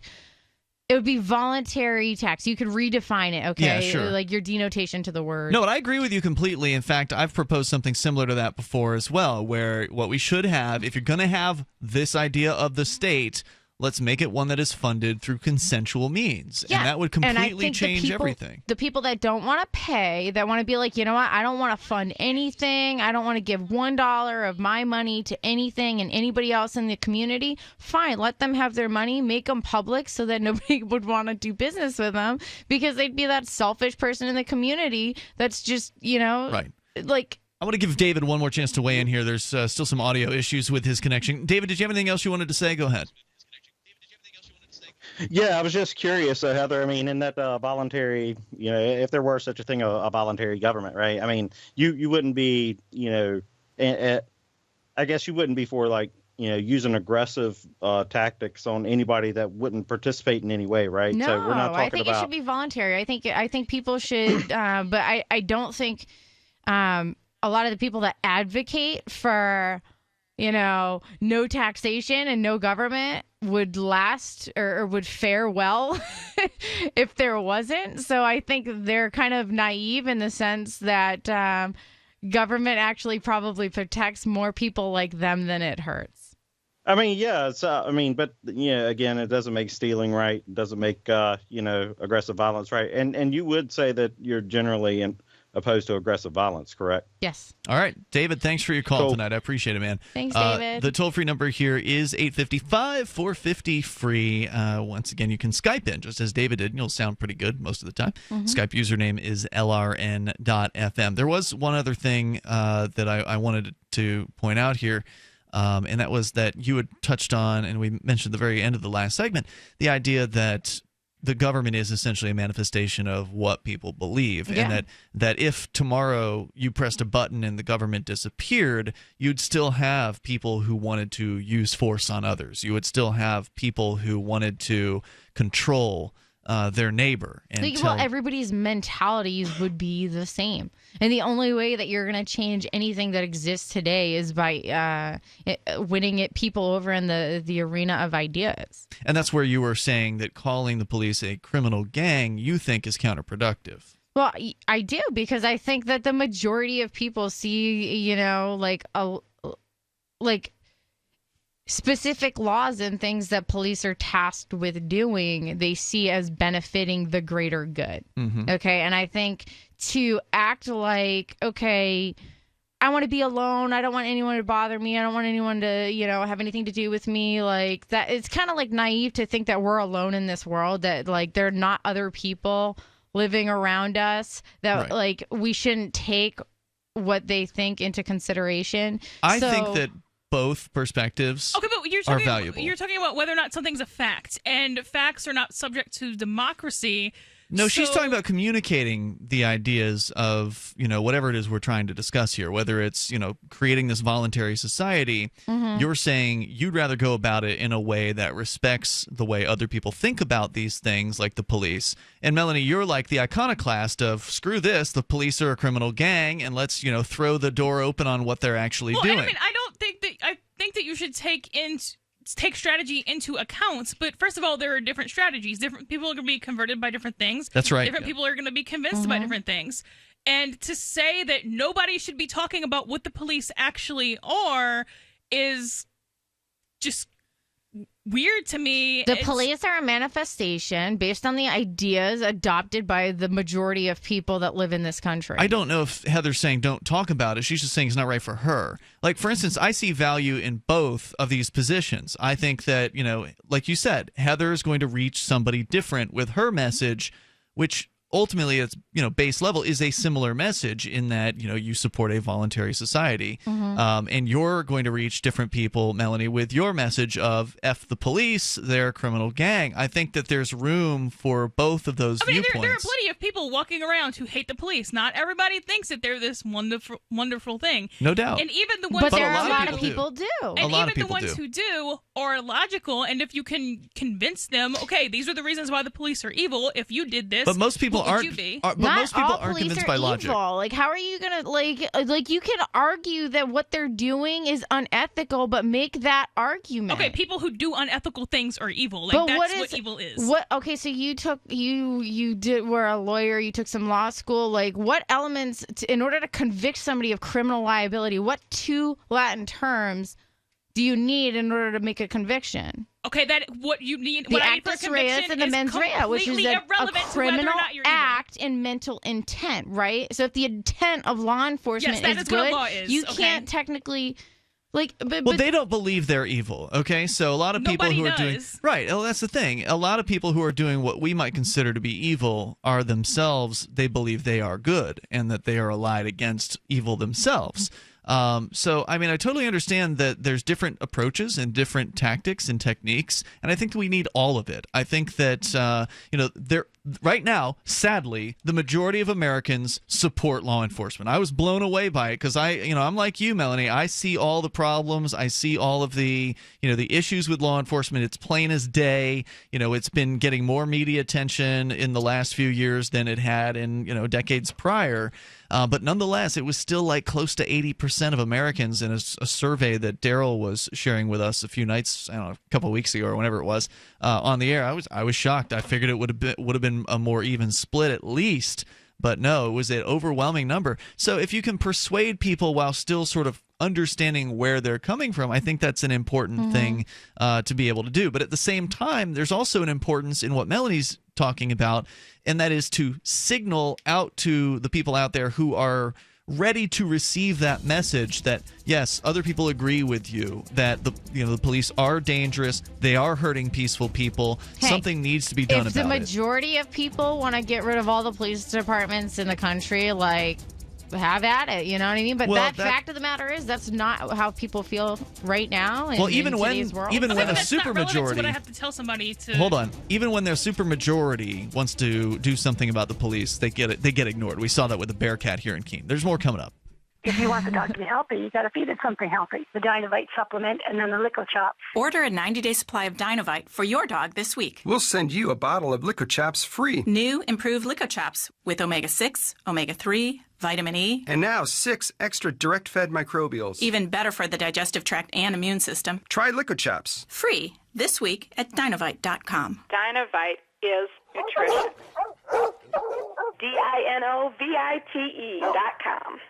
When I get to about 3/4, When I get down to the bottom, a couple more scoops, it's time to place my order. Dynavite.com. Order a 90-day supply of Dynavite for your dog this week. We'll send you a bottle of Lico Chops free. New improved Lico Chops with omega-6, omega-3, vitamin E. And now 6 extra direct-fed microbials. Even better for the digestive tract and immune system. Try Lico Chops. Free this week at Dynavite.com. If it's working, don't quit. DINOVITE.com.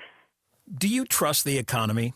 How about our banking system? Our president states that we're sitting on a bubble right now, and when the Fed raises interest rates, bad things are going to happen. Well, the Fed is outlining rate hikes here and now. There's never been a better time to turn your IRA into physical gold with GSI Exchange. 800-261-5570. That's 800-261-5570. GSI Exchange can make this happen fast, and it's money you control, not the big banks. 800-261-5570. Ask about our Gold and Silver Investors Guide and learn how your qualified IRA transfers can get you $1,500 in free physical gold or silver delivered right to your home. GSI Exchange has an A+ rating on the Better Business Bureau, too. Get the security for your money now. Call GSI Exchange at 800-261-5570. 800-261-5570. That's 800-261-5570.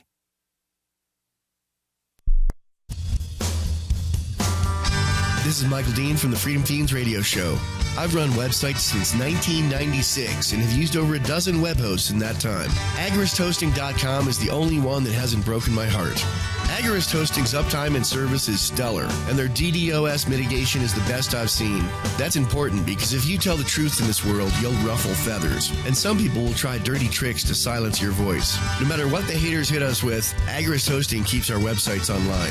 If you have a mission-critical commercial presence or a world-changing activism site, you cannot tolerate any tomfoolery. So go with AgoristHosting.com. And if you want to get your foot in the door with decentralized marketplaces, Agorist Hosting is now offering Open Bazaar hosting. Go to agoristhosting.com, click on the button that says Get Hosted. Agorist Hosting, that's AGORIST, hosting.com. DVD, books, music, instruments, periodicals, computers, software, electronics, photo, cell phones, office products, home and garden, bed and bath, furniture, kitchen, pet supplies, automotive, hardware, apparel, shoes, jewelry, grocery, healthcare, sports and outdoors, toys, games, used, and more. It's a department store at your fingertips. Shop.freetalklive.com. Get all your shopping done, get a great deal, and a portion of your purchase goes to benefit Free Talk Live when you enter Amazon via shop.freetalklive.com. Looking for a great real estate investment? Consider New Hampshire, which is ground zero for the Liberty Movement. Your first call should be to Mark Worden from Porcupine Real Estate. He's more than just a real estate agent. He's your New Hampshire concierge. Where are the best places to live? Do you want farm, city, the burbs, or forest? Do you want a duplex or multifamily building so that renters pay your mortgage? There are homes in all price ranges in New Hampshire, and Mark can help with financing too. Invest in Liberty and property. Mark Worden can help. PorcupineRealEstate.com. If you enjoy LRN.FM, please contribute to your favorite shows via their websites and become an amplifier at amp.lrn.fm. That's amp.lrn.fm.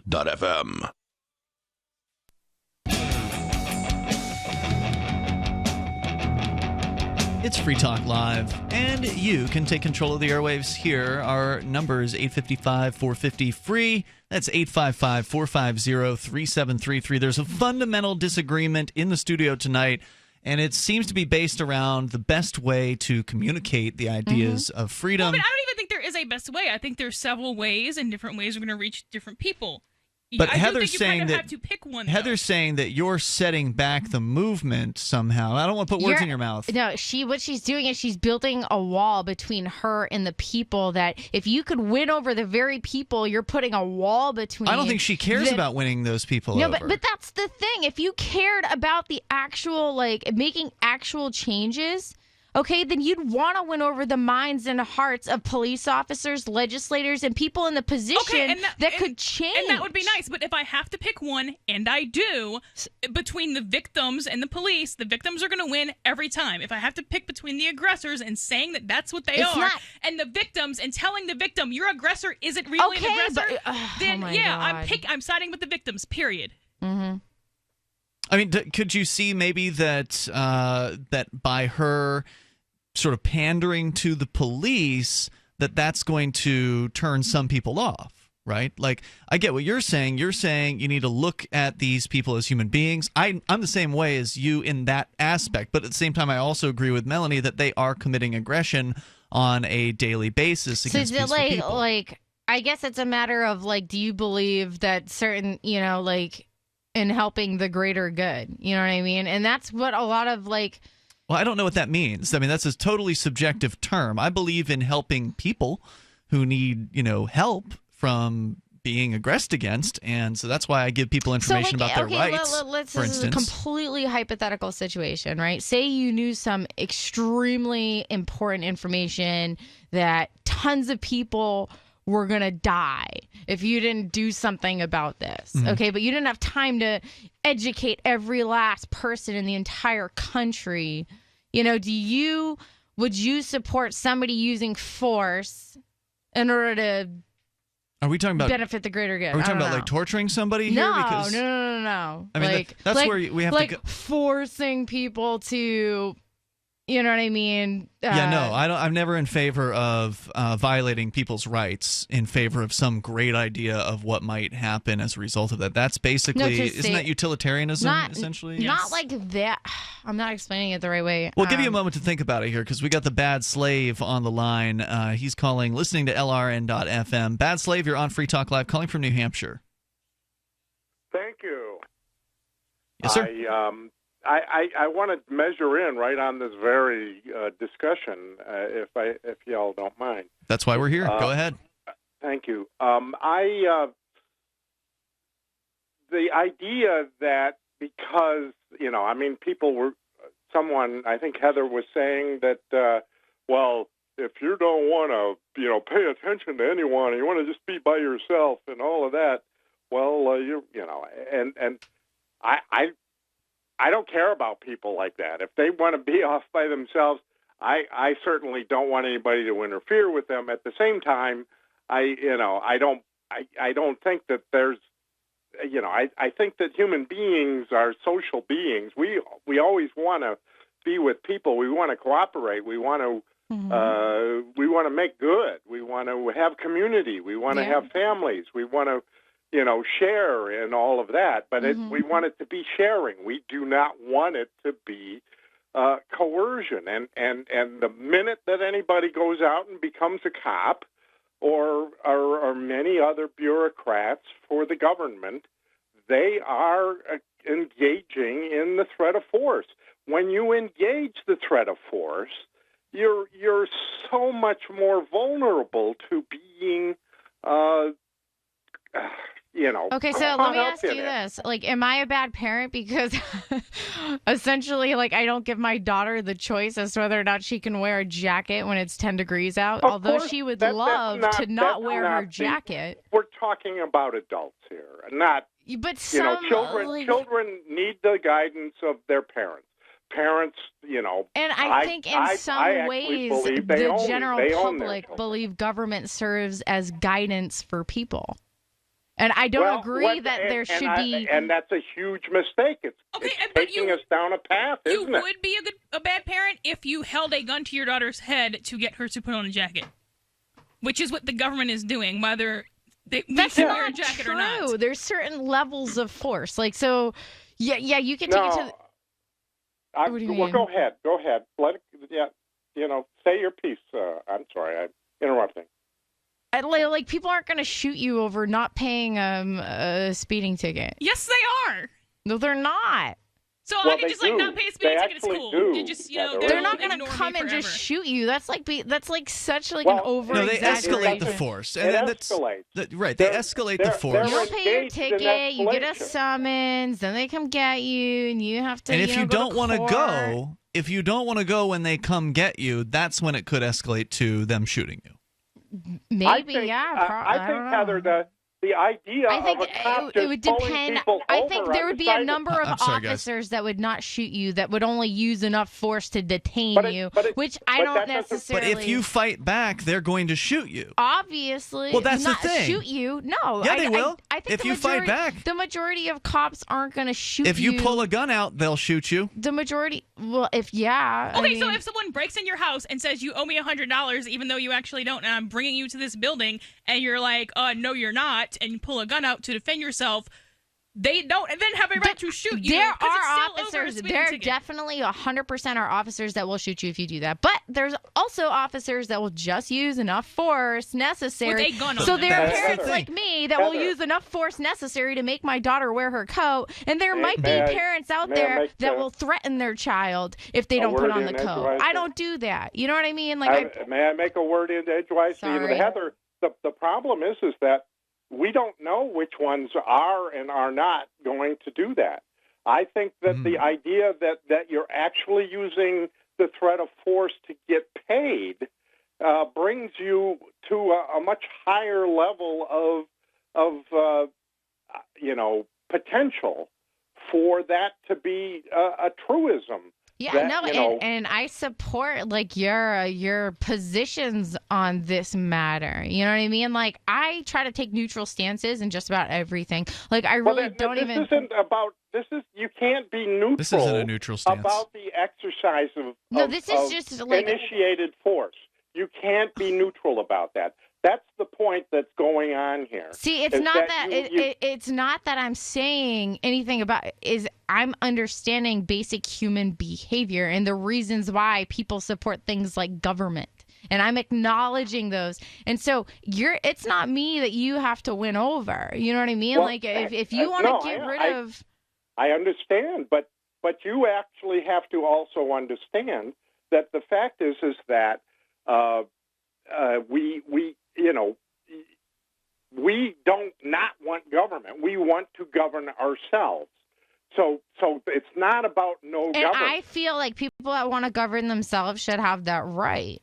Right. But I feel like people that want to be part of a collective. That become, in a sense, voluntary. What there was before the police forces came into action, they actually defended against the aggression of the British government, the British soldiers. There was what was called militia.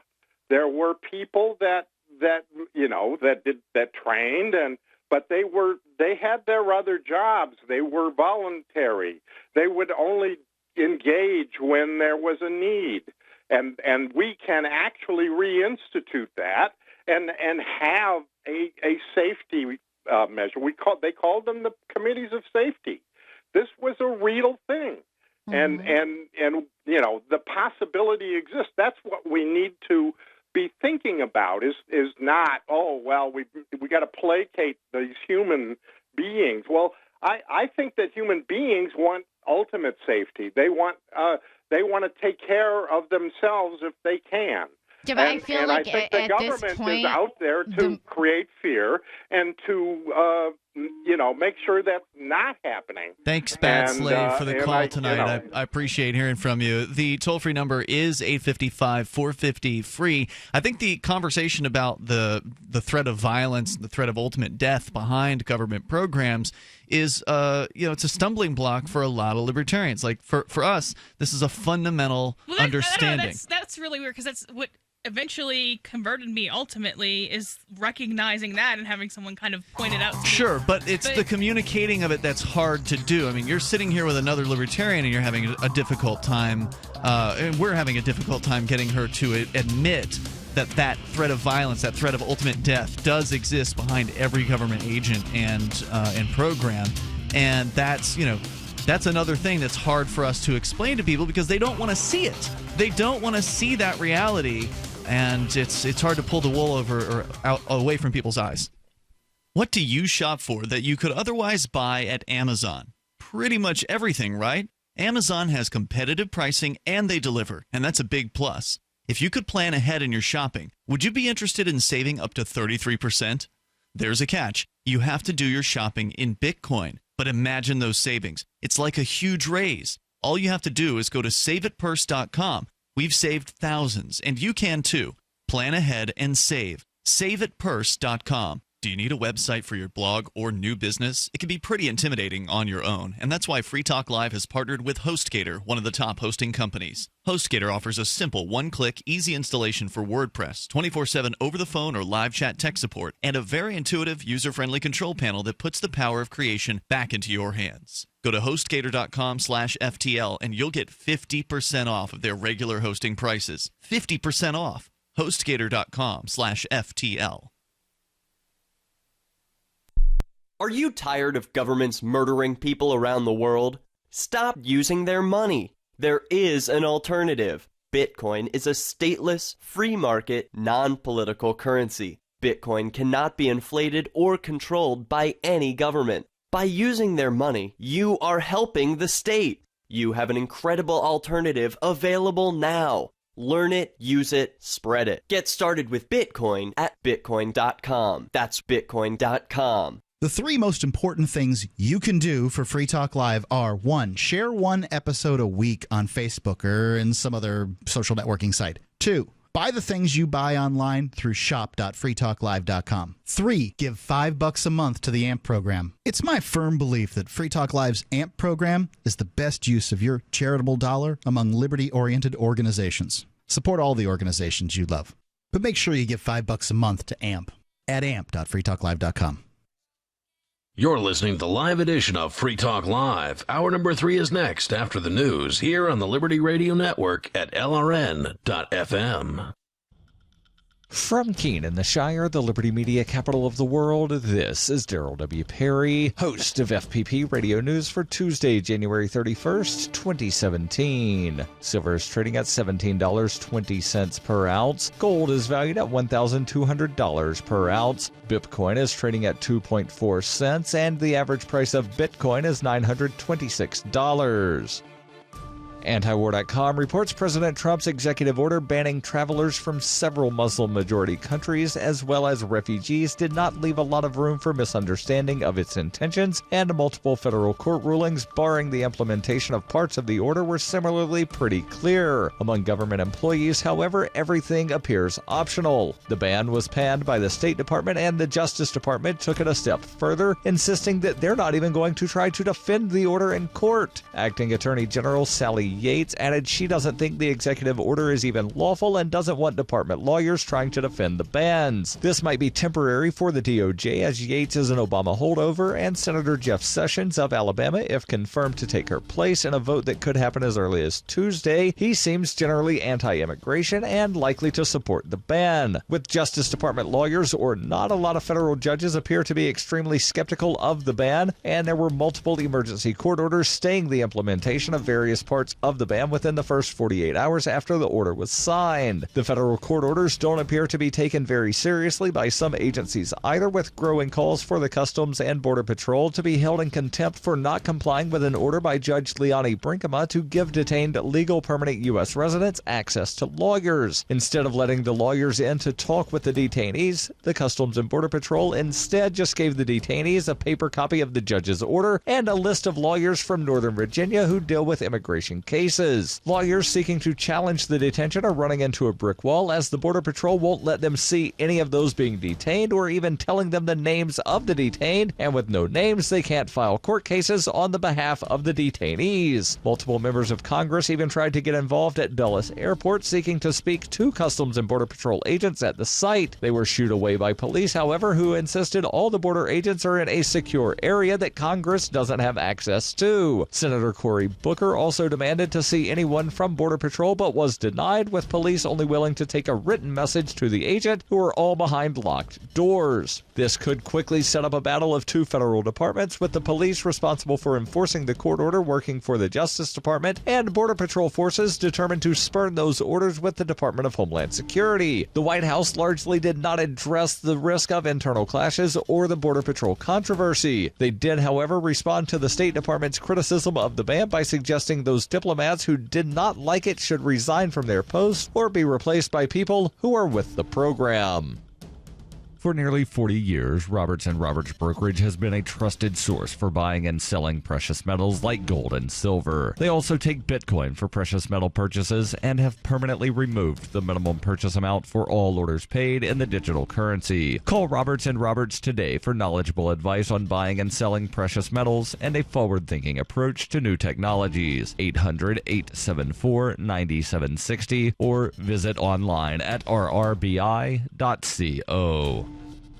UPI reports the Army veteran accused of killing 5 people in a shooting rampage at a South Florida airport pled not guilty on Monday to almost 24 criminal charges. Esteban Santiago appeared at the federal courthouse in Fort Lauderdale for arraignment on 22 charges stemming from the January 6 slings at Fort Lauderdale Hollywood International Airport. He affirmed to the judge that he understood each of the charges against him, which include 10 homicide-related counts and several firearms violations. His defense attorney told the judge that Santiago pled not guilty to each charge. Santiago surrendered to authorities after the shooting, which occurred immediately after he arrived on a flight from Alaska, where he had been stationed with the U.S. Army and discharged months earlier. An Iraq War veteran with a history of psychological problems, Santiago made the flight to Fort Lauderdale specifically to carry out the attack, according to investigators. 6 people were wounded in the attack at the airport, which handled about 29 million passengers last year and is one of the busiest in the United States. Santiago is expected to be transferred soon to a federal detention center in Miami. If convicted, he could be sent to prison for life or given a death sentence.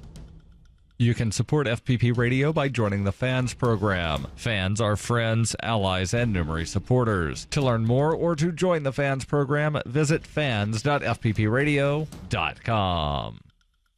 This has been FPP Radio News, online at fppradio.com.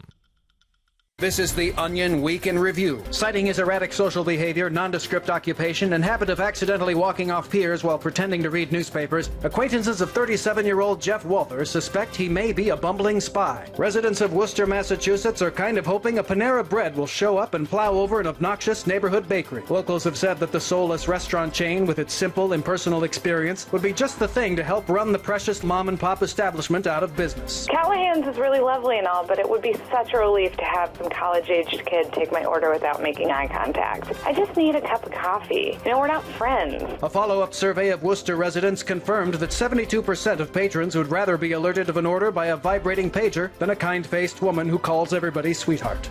In other news, feds break up a brutal Las Vegas man-fighting ring. A Christmas card ominously makes no mention of the twins. And the Boy Scouts celebrate 100 years of preparing teens for not having cool friends. This is the Onion News Network. Free Talk Live. You can join us right here.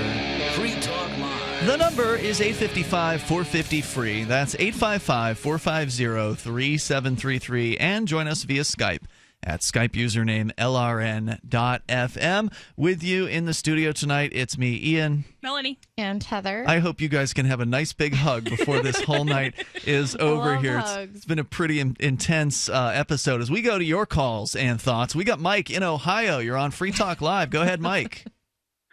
Ian. Hello, Mike. Let me just say this before I make my comments about Ron Paul and his kind of his article. I don't know if you saw it, the 3-point plan that's better than the wall. I saw it, did not actually read the whole thing, but go ahead with your comments first. Yeah, I want to say this. The government it turns people against each other in that if you've ever been to Denver or different cities like I have, you see the need for reforms because you see people coming to the hospital who don't pay, and they're clearly just using the system, and other people are having to pay for it. Mm-hmm. The problem or the solution is not a wall. I mean, once you really think about a wall, you realize how stupid it is. Oh yeah, it's just a show. It's something to make it look like the government is doing something, when in reality, it's just going to be a boondoggle. Right. The solution, as Ron Paul points out, is you've got to take away the carrot. You've got to get rid of the welfare state. You've got to. Texas has been building a border fence for 10 years. Texas built a border fence. Yeah, and it hasn't worked. All it did was it divided people from their own property across the border. It deprived people of their land via eminent domain, and it just caused a drug and human smuggling problem that still goes on. And a wall just won't work anyway. And it'll be extremely expensive. Tariffs, one way or the other. We're either going to pay for the building or we're going to pay for the tariffs. But unfortunately, Ron Paul is out of office, and even when he was in office, he was the one lone no vote on pretty much all the votes in D.C. So, I mean, I love the idea of getting rid of the welfare state, but, I mean, at the D.C. level, you're never going to find politicians who are willing to propose taking away people's benefits. I mean, even the Republicans aren't going to, as much as they talk about smaller government, they're not even willing to broach the subject of getting rid of Social Security or welfare or whatever. It's just, we'll reform it, and that, of course, doesn't do anything. And what it has really caused is, because of the abuse in certain cities, it's caused an almost hatred for brown people. I mean, it really has. I lived in Denver, Colorado, and until you live it and see it, you don't understand because I didn't understand it. You don't understand the divide between the people who feel like certain folks are coming in just to take from the system, and it's the government welfare state that is causing all this divide, and it almost leads to this. It's just insane. I mean, where it is now is as bad as it's ever been, because people think, and I understand, because like I said, because I witnessed it firsthand. I understand their anger, because they're going, wait a minute, this isn't fair. This isn't fair. But it's the welfare state that we have to take down. Spending $15 billion, spending $15 billion on a wall it's not going to do. It won't stop. It won't stop immigration probably by 10%. You know, I think I'd argue that the better solution would be stop like the dropping bombs and the failed war on drugs and all the things that cause violence in these countries that make people want to come here. You know, like people that would otherwise be building there's up their plenty own of people country. from countries that aren't being bombed. I mean, folks from Mexico, Guatemala, Right, but, China. okay, so we can quit giving weapons to the Mexican drug cartels. Yeah, pretty much. I think. Yeah, I mean, I'm strictly speaking of the South Americans who come to certain hospitals or certain cities to receive welfare payments. I agree with you 100% that the United States should Donald Trump shouldn't expand the military. He shouldn't do all that stuff. But he's going to. Right. And ultimately, you know, the economic situation is what drives people here in a lot of cases. I mean, certainly if your country's being bombed, you obviously want to get out of there. But how many people will want to go to the country that is doing the bombing? I don't know about that. But people... Well, I mean, that would be the safest place to be. That's one of the reasons why, as far as I know, the state... As long as they don't round you up like they are, you know, actually stopping people at airports right now. As you may have heard, the Trump... No, and I also want to point out that, so since Trump is locking all of the Muslims in all of the airports right now, if none of the airports blow up, I want them to abolish the TSA, because then obviously we don't need it. What? Run that back. So the claim is that he's stopping people from Muslim countries, and there is a large Muslim population in the people who are being kind of stopped at the airport. So he's essentially, and a lot of them can't go back, or you can't even necessarily walk out of the area to even get a plane ticket, depending. So he's essentially trapping a bunch of Muslims in airplanes. In airports. In airports, not in airplanes. So if nothing bad happens, I think that proves that we're safe, and I so see we can what get rid you're of the TSA. Right. So they could fashion a bomb or something like that, or you know, there was the one guy who went into the airport stores and like bought all the stuff that he would need to make a gun or something like that. I forget exactly what the device was, but he made some sort of destructive device out of, like, he MacGyvered it together out of stuff that you can buy from, you know, those little airport stores that they have all over the place. So yeah, if they don't do that, then then we clearly don't need the TSA. Mike, any other comments you want to share? Because it's one thing to say get rid of welfare; it's another thing to actually accomplish that. No, but if they spend their energy on the 13th Amendment, I believe, which says if you're born here, you're automatically a citizen. If they could spend $15 billion just, you know, privately raised, just trying to change that would help, and just try to make it work. My goodness, I mean, if you're going to raise that kind of money, wouldn't it make more sense to just go ahead and promote secession? I mean, if you could raise $15 billion for some sort of purpose, which is, you know, unbelievably large amount of money, and unlikely that anyone could raise that kind of money. Well, I think you might be able to defend yourself from the state. The state of Washington got $1 billion in marijuana sales. Yeah, I'm just saying. Yeah, I'm just saying that's actually a more practical use of $15 billion. It's not. I mean, then the wall. I think he's saying. Right, I get what you're saying, but it's hard to change the Constitution, right? Like they made that hard. Very specifically, you've got to get 3/4 of the states, I think, to agree with whatever the proposals are. It's funny because, you know, we're all sitting here debating how $15 billion should get spent, and neither one of us have $15 billion. Right. I mean, you can throw a bunch of money at a political issue, but there's still no guarantee that anything's going to change when all is said and done. Hey, thanks for the call tonight, Mike. I appreciate it. I think that any solution that requires changing the federal government is likely going to fail. That's what I think. I mean, it seems so unwieldy. It's so entrenched. The bureaucracy and the politicians there are so unmovable. You can change the deck chairs, but you gotta run and you gotta be like we need more alpha types to. You can run all you want, but you're not going to be able to change Washington, D.C. You can change the state-level politics. You can go into New Hampshire's government and you can nullify Washington, D.C. You can tell D.C. to go take a hike. We're going to do whatever it is we want to do here. And that was, those are some of the bills that have been discussed, or there's, some of that is in the idea of nullifying the state for marijuana laws, for instance. Well, like, you know, that quote, the solution to pollution is dilution. You know, we have good people that, you know, like libertarian-leaning people right here at the State House, you know, that like we talk to. So we might not align with them on every single issue, but the ones we do, if we team up and chip away at the issues that we do and grow a movement. I mean, it's kind of sad that, you know, there's so many people here in New Hampshire that are anti-government, yet there's only 3 or 4 of us that actually go down to the State House and try, you know, speaking and selling these ideas of more freedom and liberty. No doubt. We need more people here, and that dilution that you touched on is part of the problem. Libertarians are too diluted. There aren't enough people. They may also be diluted, in addition to diluted, but they're deluded into believing they can have an effect where they are. They can't. You can't have an effect if you are a super minority in your area. But if you get together with the rest of the libertarians who've moved here to New Hampshire, the voluntarists, the anarchists, then you actually have a chance, and we are making a difference. There's more coming up. Have you ever thought you'd like to flip houses but didn't know how or where to get the money?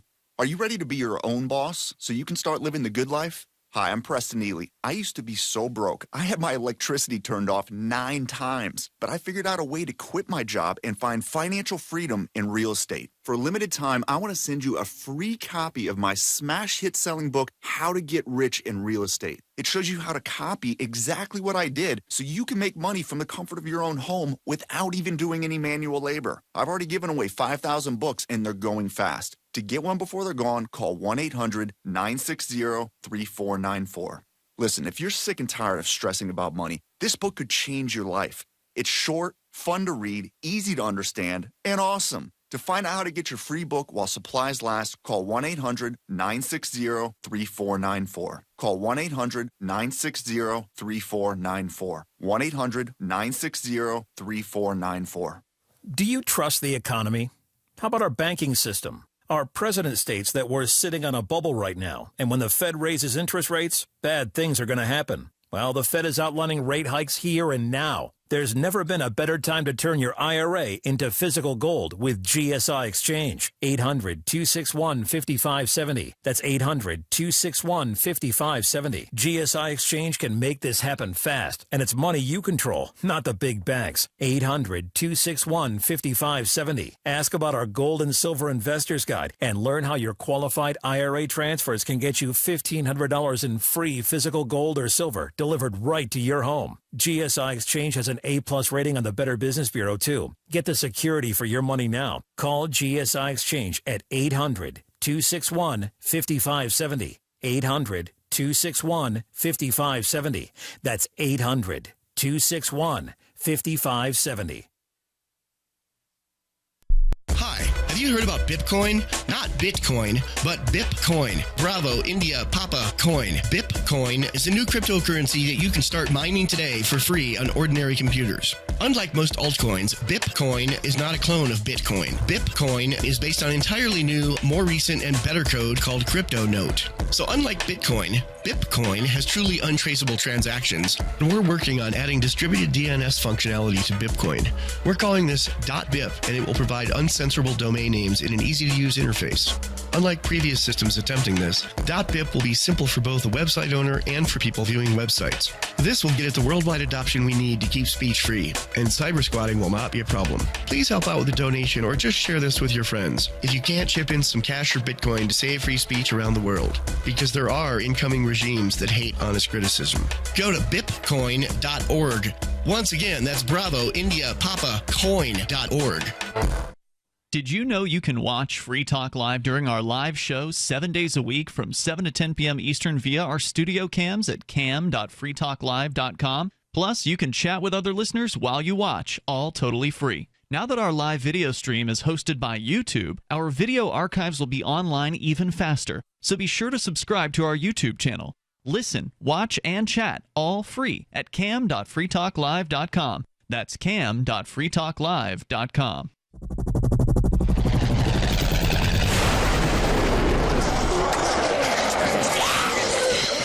In Survivor Max 2, School Bites, Max must scavenge through a wasteland swarming with the undead. Desperate to find the medicine he needs, he discovers a community of survivors at his former school. Has he finally found the safe haven he's been looking for, or will he discover that school bites?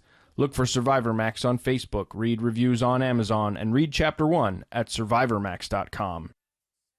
You can put the Liberty Radio Network on the air in your area. Visit broadcast.lrn.fm to learn how. Broadcast.lrn.fm.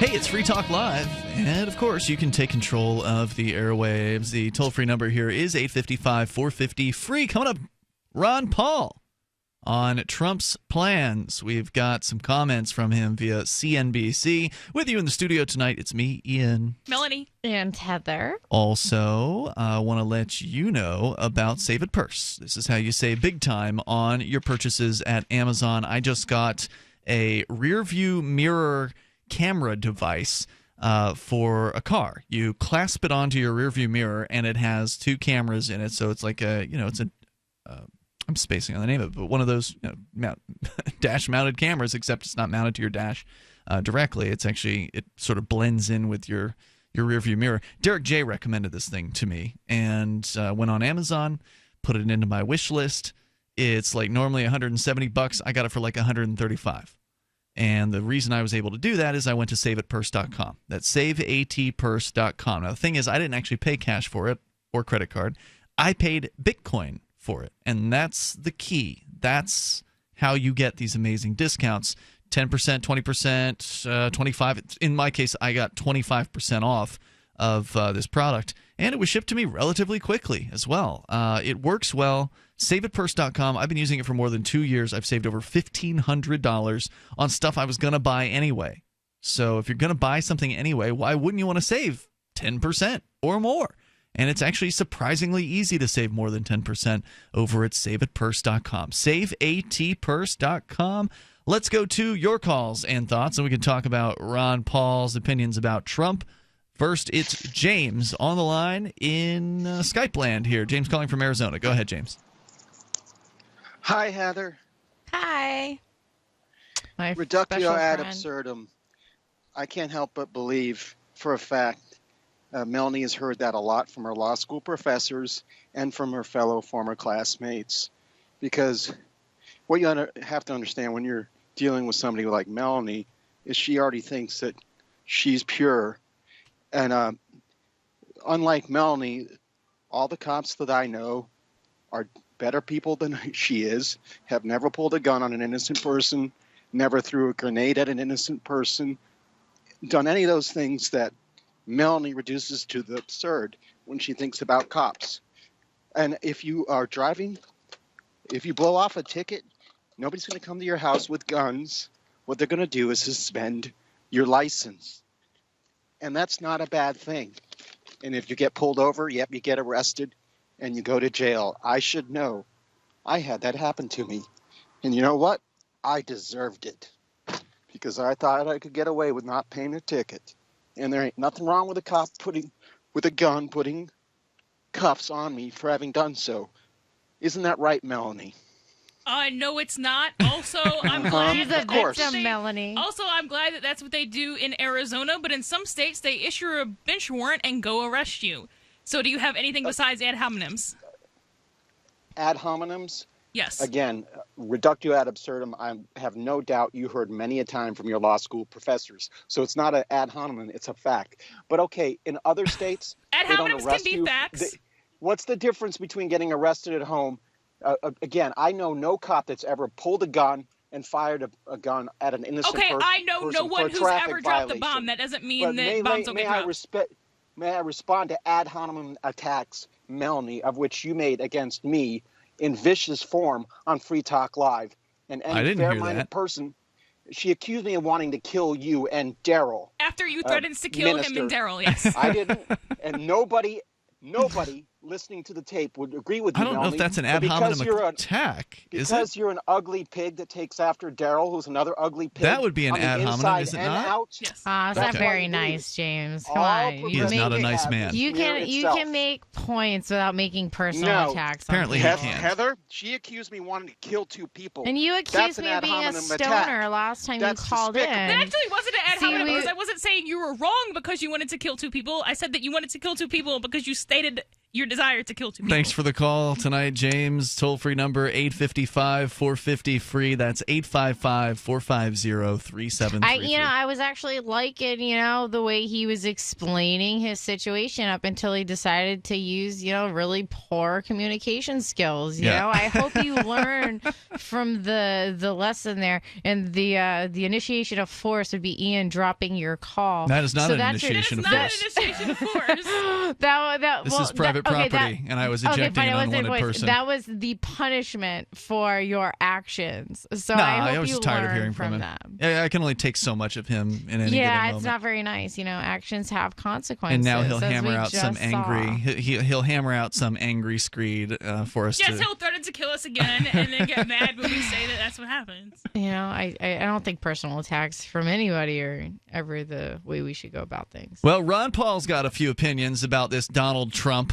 And this isn't the story that our caller earlier was referencing. It's a different one. This one's from CNBC. They actually had Ron on, who's still the man. I mean, he's doing a great job out there. I'm glad he's, not just, retiring quietly into Texas. He's still doing media appearances whenever he can get them. And what do you know? The media wants to talk to Ron Paul about Donald Trump because, you can't find anybody. Oh, by the way, I think Daryl told me that last year Ron Paul changed his voter registration back to Libertarian. He's nodding. So, that's pretty awesome news. Ron Paul no longer a part of the Republican Party. Presidential candidate Ron Paul. Congressman, thank you so much for joining us. Appreciate you being here today. First of all, are you going to the inauguration? No, I'll be in Texas, so I will probably be looking at it on television. Okay, so you were, of course, a former presidential candidate. What do you think so far from what you've heard from Mr. Trump about his plans for the beginning of his term? Well, it's hard to dissect, as many people have discovered, because some days I hear one message and other days I hear a different message. Mm-hmm. But what I think comes through, generally speaking, is that there's going to be a lot more spending. It doesn't sound like he's bashful about spending. He doesn't seem to be very concerned about the deficit. And with this massive increase in infrastructure as well as the military, I think there's going to be a lot more spending. I think the debt is going to be much bigger.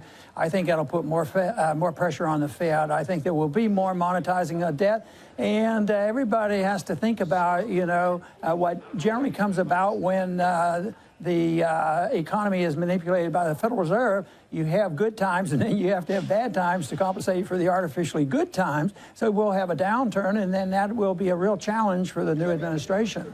And so one thing. So Ron Paul predicting economic downturn underneath. Wait, these were the good times?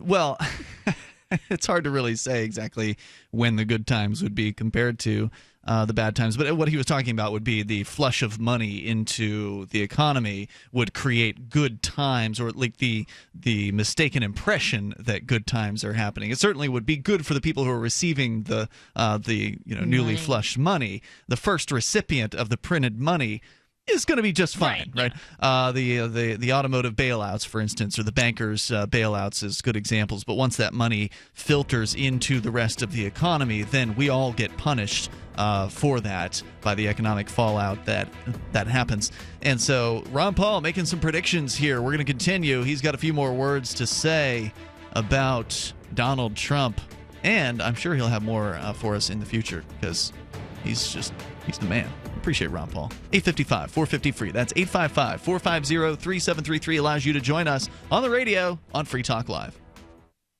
Why be held hostage by your wireless carrier for 2 years? What if there were no contracts, no activation fees, no tracking, tracing, or draconian gimmicks? All on America's largest 4G LTE networks. Introducing PixWireless.com. Activate your Sprint, AT&T, and unlock GSM phones instantly. Bring your own device and make the switch today. Here's how. Call or click 1-800-205-9513 or PixWireless.com. Spelled P-I-X. PixWireless.com. Have you ever wanted a shortcut to getting the underground secrets to making money online and seriously grow your business? Whether it's a new business, a part-time income, or an existing business, you have this incredible limited offer to get a copy of this Amazon best-selling book on .com success for free. Uncover the success factors to make your business ignite. Go to secretsignite.com. That's secretsignite.com. Get your free copy now. Go to secretsignite.com. These statements have not been evaluated by the FDA. This product is not intended to diagnose, treat, cure, or prevent any disease. Work with your doctor when taking medications. Make Protovite part of your healthy lifestyle. HealthForLiberty.com is your source for Protovite, a powerful nutritional supplement that's a true breakthrough for your health. Poor digestion makes it nearly impossible to absorb the nutrition your body needs. Protovite is a liquid multi-nutrient formula with patent-pending absorption technology and the highest quality ingredients to nourish every cell in your body. My name is Sandra White. 6 weeks ago, when I started taking Protovite, I was on 14 medications, from everything for blood pressure to fibromyalgia. In the first 10 days, my blood sugar dropped 50 points, and my fibromyalgia pain is gone. And so was 12 of the 14 medications that I was taking. I'm 66, living life and loving it. Go to healthforliberty.com right now. That's healthforliberty.com. Thank you, Protovite, for giving my life back. I love My Magic Mud. I drink a lot of coffee. I had stains on my teeth. Then I found My Magic Mud, and I was told it would remove stains. So I paid attention when I brushed the first time. My Magic Mud is black tooth powder, and the difference it made in my teeth in one application was noticeable. With 4, my teeth were as white as you normal folks out there. Please go to mymagicmud.com and buy a jar. There's 150 applications for $25. You can use Bitcoin, mymagicmud.com. For years, LRN.FM has had a listen line that you can call and listen to LRN.FM anytime. Now we're taking the idea to a new level with the LRN.FM audio on demand line. You can call 641-793-9660 anytime and listen to LRN.FM's live feed, and you can listen to a bunch of our original shows on demand. Long distance fees may apply. Just dial 641-793-9660 and choose from the menu. 641-793-9660. Scientology minister Frank D. Linehan was arrested this morning on 471 charges of molesting Thetans. The popular 56-year-old minister was reportedly taken into custody after an investigation revealed this week that he sexually abused dozens of Thetans in the past year, with many of the ancient alien spirits being as young as 65 million years old. Church members left these Thetans alone with someone they trusted, and Mr. Linehan clearly violated that trust. According to police reports, the abuse continued as recently as last week when Linehan forced a 70-million-year-old alien spirit to perform oral sex during a level OT2 solo auditing session. Since the allegations against Linehan surfaced, more and more church members have come forward about Thetan abuse. Despite the church's efforts to recover from the incident, the scandal may alienate a whole generation of Scientologists. I don't see how they can expect anyone to continue moving up the bridge to total freedom and achieve clear after this. This is the Onion News Network. You can connect with the Liberty Radio Network via our Facebook page at facebook.lrn.fm. That's facebook.lrn.fm.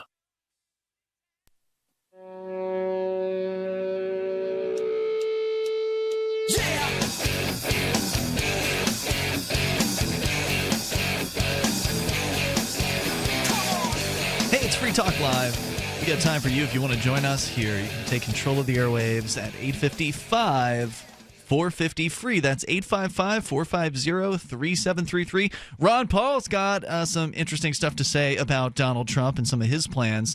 The interview was actually done pretty soon after the inauguration. But nonetheless, it's whenever Ron Paul says something, it's usually pretty relevant for a long time because he tends to be right. Now, his son, on the other hand, boy, did that apple fall far from the tree. We've got the most recent outrageous statement, shocking and terrible statement from Rand Paul that we can get to coming up here in moments. With you tonight, it's Ian and Melanie and Heather. We've got Ron Paul on tap here from CNBC. We'll continue with that audio. And, of course, you're welcome to join us toll-free at 855-450-FREE. That's 855-450-3733. Let's continue. Ron Paul just predicted an economic downturn because, as he says, it doesn't sound like Donald Trump is about spending less. He just wants to spend more on the government programs that he supports, like many Republicans do. Here we go. Discussed a lot here on CNBC is the idea about border adjustment tax as part of the GOP plan that was presented over the summer that looks like it could be at least more of a consideration with President-elect Donald Trump. What do you think about the border adjustment tax? Well, I wonder why they switched the term. It sounds like it might be something like a tariff, and it is a tax. And ultimately, taxes go on to the consumer because, some from the progressive side of the aisle, they always want to raise taxes on the business people. They make too much money. But all taxes, all corporate taxes are passed on to the consumer. Otherwise, the businessman gets put out of business. So I think that no matter what you call it, a border tax or a tariff, it's injurious, not only because it's a tax on the people and their standard of living goes down because of that, but it invites retaliation.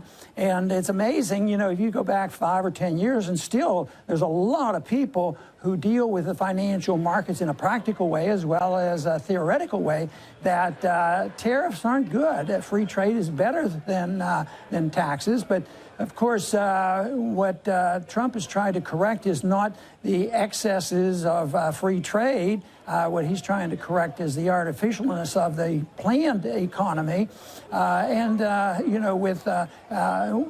WTOs and NAFTA and all these things, that's not really capitalism and free trade. So I think that right. As always, there's a little bit more from Ron Paul, but, right on message. On target. When he was talking about the inviting retaliation, he wasn't talking about military retaliation. He was talking about tariffs, meaning that inviting that, if you put this tax on Mexican products coming across the border, which is the proposal, as I understand it, that would result in possible taxes being put on U.S. products crossing the Mexican border. I think that's what he was referring to when he said retaliation. Yeah, that's what retaliation would seem like to be to me in that context. Yeah. And so everybody loses as a result of that. And of course, people who would believe that a tax on Mexican products coming into the United States is somehow going to make Mexico pay for the wall would be people who don't even know the most basic economic concepts. Well, and the country of Mexico isn't selling a whole lot of goods that I know of to the States anyway. So sure they are. Yeah, see, that's what my comment was actually just... Not the people, but the country of Mexico. Oh, no, well, yeah, I mean, the businesses down in Mexico, there's a lot of goods coming from there. Yeah. Right, yeah, the people are, but I'm not aware of the Mexican government having a big export business. No, of course not. But ultimately, it all goes through them. Yeah, they're going to get their cut, just like the U.S. government's going to get theirs. What were you going to say, Heather? No, I was just going to say that a lot of these people that are like, well, let's build a wall, let's have these taxes and tariffs, like... they're kind of like those libertarians that just jumped on the Trump bandwagon for certain bills because they read headlines, you know what I mean? Right. So they think, we're going to build this wall, we're going to do this. We don't need anything from Mexico, or we don't get any goods from Mexico. Next thing you know, they're missing some valuable thing that they use every day, and they're like, wait a minute, why is this double in price? Why do I no longer have access to, this particular medicine that had an ingredient that came from Mexico, or you know what I mean? Or something as simple as a soda. I mean, you got the sodas that are made with real sugar. Those are made in Mexico because in the United States there are tariffs on sugar imports, and so companies who manufacture soda do not manufacture with sugar generally because it's so much more expensive. And so if you want to buy sugary, actual sugar-based soda, you have to buy a Mexican imported soda or from some other country generally, unless you want to pay more. Of course, then you are still paying more for the Mexican import. So the people that are already paying for that might end up having to pay twice as much if they want to continue importing those products. And then, of course, if people don't buy from Mexico, that actually puts people out of jobs down there. And if you care about people having work, then you should care about not having tariffs because, more trade globally means more people working. Well, and it can put people out of jobs here. Like if you work at a factory that manufactures something that has a component part that comes from Mexico or something that comes from Mexico or that trades something with Mexico, then maybe now those jobs don't exist anymore.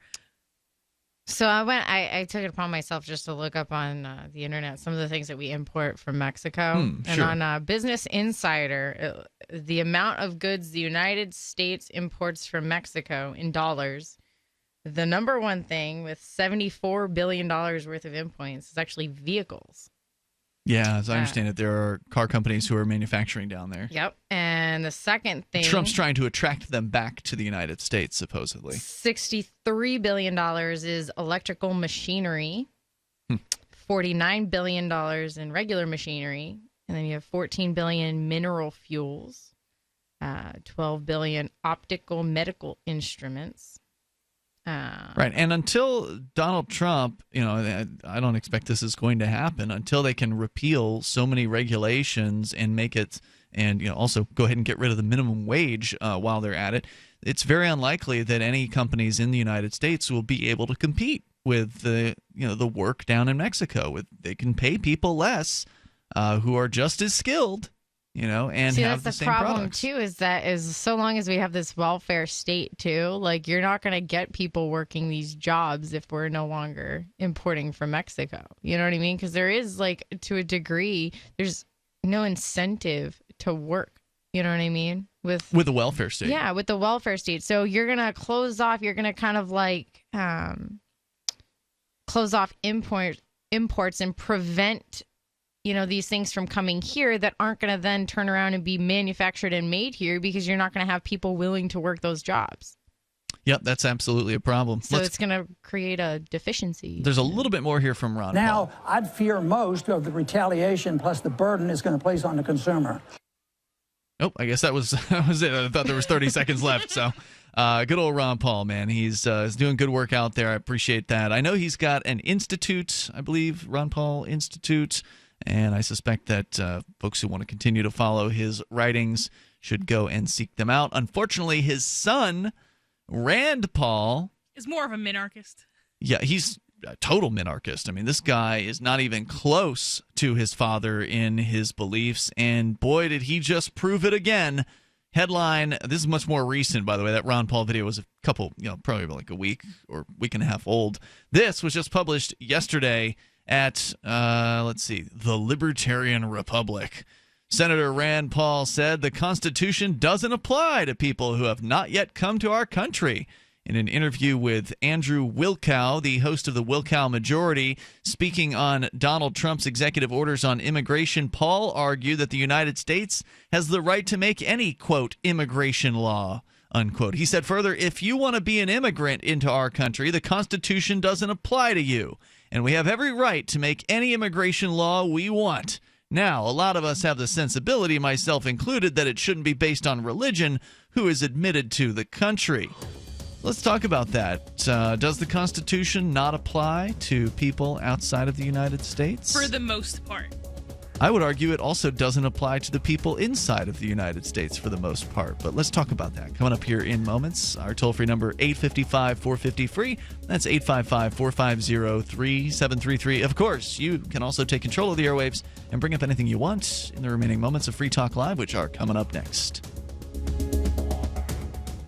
A funny thing happens when you don't advertise. Nothing. Modern advertisers have been trained to look for trackability in their advertising, and web search ads are great for that. They also help you get the consumer that's looking for products like yours in the moment. But they're expensive, and they do nothing to convince people to try your product segment in the first place. If you're a local advertiser, contact this station. If you can use national exposure, Free Talk Live's on more than 150 stations, and we can help advertisers with little budgets and big ones. Send me an email, mark@freetalklive.com. It's mark@freetalklive.com. Do you need a website for your blog or new business? It can be pretty intimidating on your own, and that's why Free Talk Live has partnered with HostGator, one of the top hosting companies. HostGator offers a simple one-click, easy installation for WordPress, 24/7 over-the-phone or live chat tech support, and a very intuitive, user-friendly control panel that puts the power of creation back into your hands. Go to HostGator.com/FTL, and you'll get 50% off of their regular hosting prices. 50% off. HostGator.com/FTL. There was a mighty nation, blessed above all of creation. Charlie Daniels. He's always loved America. He's always defended the Second Amendment. Let me just read a little thing here from Agenda 21. The American system of justice must be changed to conform to the rest of the world. Individual rights will have to take a back seat to the collective. Well, you know what the next move's going to be, don't you? It's going to be come after your guns. Oh, yeah. I tell you, it ain't going to sit well down my way. At all. It ain't gonna sit well. Do you ever wonder what happened to America? It's time to ride, boys. We need 1,000 Paul Reveres. When I was a boy, it was okay to be proud of the flag, heritage, mom, and apple pie. And beef was for supper. Revelation, dawn of global government. Theatrical screenings on demand. DVDs now available. Starring Alex Jones, Charlie Daniels, Special Ops General Jerry Boykin. Want to shed some tears over the red, white, and blue? Revelation, the movie.info. Let's fix it. Since time began, tyrants have taken aim at personal liberties. Now there's a movie that aims back. The government has no more right to tell us what to put in our bodies than they have to take our guns or tell us what books we can read. 6 drug police were eaten by bears while raiding a marijuana farm. On your knees, you dirty hippie! Jesus. On your knees! What's the problem, officer? Today, many cops who enforce pot laws do so only because it provides them with cushy jobs, good benefits, and a chance to push people around. I was an undercover narcotics officer. The drug war is nothing but a farce. The Second Amendment says you got to keep you and your gat intact. Guns and Weed, The Road to Freedom. A film by Michael W. Dean and Nima Vadati. DVD available now at gunsandweed.com or on Amazon. That's gunsandweed.com. Makes the perfect gift.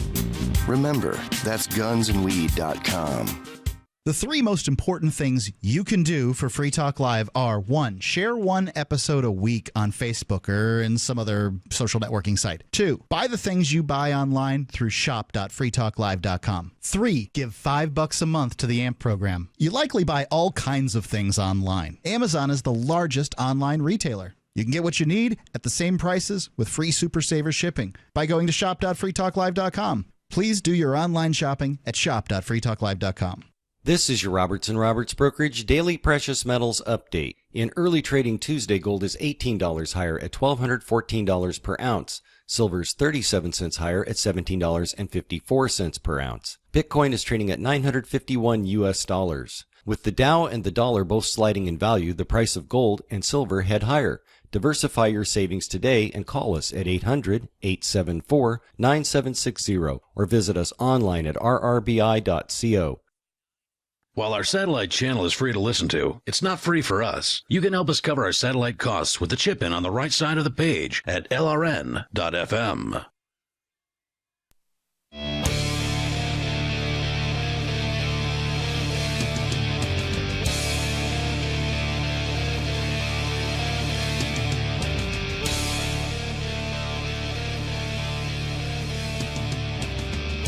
It's Free Talk Live. Moments remain. There's enough time for you if you want to join us here. Our toll-free number is 855-450-FREE. That's 855-450-3733.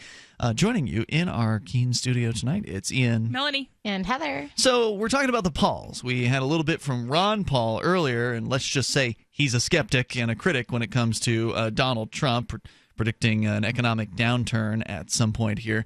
But then Rand Paul, unfortunately, weighed in. Now, while he doesn't agree that a ban on or an immigration restriction should be based on religion, he does think that the Constitution doesn't apply to people who have not yet come to the United States. He says further that if you want to be an immigrant into our country, the Constitution doesn't apply to you, and we have every right to make any immigration law that we want. Now, Melanie, you said you agreed that the Constitution doesn't apply to people outside of the United States. For the most part. And I guess it depends on what route you want to go. If you're going Supreme Court case law, then on a pretty much ad hoc basis, some parts of the Constitution have applied to non-citizens outside of the United States on a really selective basis. So for the most part, no. If you're looking at what the Constitution purports to be, it's purports to be, even though it is not this, some kind of agreement and creation document of an organization or collective, so it wouldn't make any sense for it to apply to people outside of that organization? It also, what I would argue, doesn't apply, and I'm interested in hearing Heather on this. I would argue it doesn't apply to anyone but the government. I mean, the Constitution is supposed to be a set of rules as to how a government is being run. And the rights that are outlined in the Bill of Rights portion of that Constitution, in my opinion, those rights should be universal, and they should be respected universally. Yeah, I think I'm an advocate of practicing what we preach. If we're going to, operate under one set of principles, should they not be applied universally? So indeed, that's kind of my thoughts on the subject. I think regardless of what I think, ultimately the point I was making earlier was that the majority will still rule. Well, yeah, I mean, that much is true, which is why we're trying to change that here in New Hampshire by having libertarians, voluntarists, liberty-loving anarchists move together so we can, we're not going to be in the majority anytime soon, but we can influence the majority. I respect people that are so passionate about these ideas that they're willing to essentially build a new life and try to, bring other people around to this. So whether or not it's going to be achieved in my lifetime, I don't know. Yeah, I don't see that happening. We need more people sooner rather than later if that's going to happen in our lifetimes. Unfortunately, the amount of people who have that level of dedication, and it is an intense level of dedication, are very, very few and far between. And anyway, you should definitely consider moving here, because the more people we can get together, the more we can have an influence on the majority. So we're not going to be a majority, but we can have an influence, a positive influence on those folks, the more folks that we can get here. Let's go back to Rand Paul, though. He said that it was almost, this is a story from the Libertarian Republic, he said it was almost impossible to properly vet refugees due to the instability of the region. In addition, he also noted that mass migration in Germany has not panned out well for the European state, and that many of them were not coming from Syria but from Afghanistan and Pakistan. While he conceded that some of them might be refugees, he said there was no way to actually verify it. But one of the main concerns of Paul's was the cost of resettling refugees in the United States. The Center for Immigration Studies released a study in 2015 saying that it costs around $64,000 to resettle refugees. I presume that means per refugee. However, a report released by the Negative Population Growth Incorporated in 2016 says the cost is $19,000 some, and to settle each refugee and asylum seeker by the federal government. So it's a pretty big range. But regardless, as libertarians, we probably don't support any of the taxation that backs all of this stuff up. But ultimately, as long as you've got the government out there stealing money from people, I would rather see them spending it on refugees than dropping bombs in other people's countries. And, of course, you're welcome to comment. The toll-free number here is 855-450-FREE. The Skype username is LRN.FM. But ultimately, I think that people who want to should be the ones who support these folks. So, for instance, Starbucks is now being protested by Trump supporters. There's a hashtag that has been created, hashtag boycott Starbucks, for the 50 millionth time. The irony is Starbucks is like, thanks. Yeah, well, right, because it's free publicity for them. But ultimately what happened was the Starbucks CEO came out after the travel restrictions that Trump put in place and said that Starbucks plans to help by pledging to hire 10,000 refugees around the globe. And so now people are butthurt about Starbucks being willing to help these folks. And ultimately, that's what should be happening, is that if somebody is willing, the government shouldn't be involved at all. That if somebody wants to come here, whether they be a refugee or not, as long as they have a support network that's here for them, who's willing to put them up in a place to live, find them a job, help them find a job, and maybe help them along for a few months or whatever time frame as they kind of get their feet wet here, and have that all funded by private support, then nobody would have to be mad about how much money the government is spending on these refugees, because that's a legitimate concern. Whether it's $20,000 or $60,000 to settle one of these folks here, it's a legitimate concern that somebody has to say, hey, I don't want my money spent in that way. Yeah. Well, I also don't want my money spent dropping bombs. Yeah. Some of the arguments I've heard made about that, about like the whole closed and open borders, was that these, people coming here and then voting in order to essentially, expand government. You know what I mean? Oh, I actually have a response to that. It's interesting that you brought that up. Robert Higgs on Facebook writes this: I'm sick to death with hearing the argument that if large numbers of immigrants, especially Mexicans and Central Americans, are admitted to the U.S., that they'll bring with them their socialistic ideologies, vote en masse for Democrats, and hence destroy the free economy and society in the U.S., which is basically the objection that you were that's bringing the up. argument somebody made to me. Here's what he says to respond to that. It's a terrible idea for several reasons. First, there is no free economy and society in the U.S. for immigrants to destroy. The country's been evolving into an ever more advanced system of participatory fascism for more than a century. By now, there is precious little freedom remaining in any realm. 2. Similar arguments have been made for more than a century, but events never worked out as the fearmongers said that they would. Immigrants sometimes do bring collectivistic ideologies with them, but they also change their ideologies as they and their children live in and thrive in the United States, especially in the remaining interstices where free enterprise has some room for maneuver. Third, even an elementary knowledge of U.S. political history shows that the destruction of liberties, especially economic liberties, was not significant, was not in significant degree the work of immigrants. Native-born Americans did the deed in overwhelming proportion. There is not now, and has not been at any time in my long lifetime, any pervasive devotion to a free society among Americans in general. If immigrants, that I'll agree with. Yep. If immigrants did hanker to destroy freedom in the United States, which in fact few of them do, they are getting here much too late. None of this is to say that first-generation immigrants do not tend to vote more for Democrats than for Republicans. But can anyone blame them?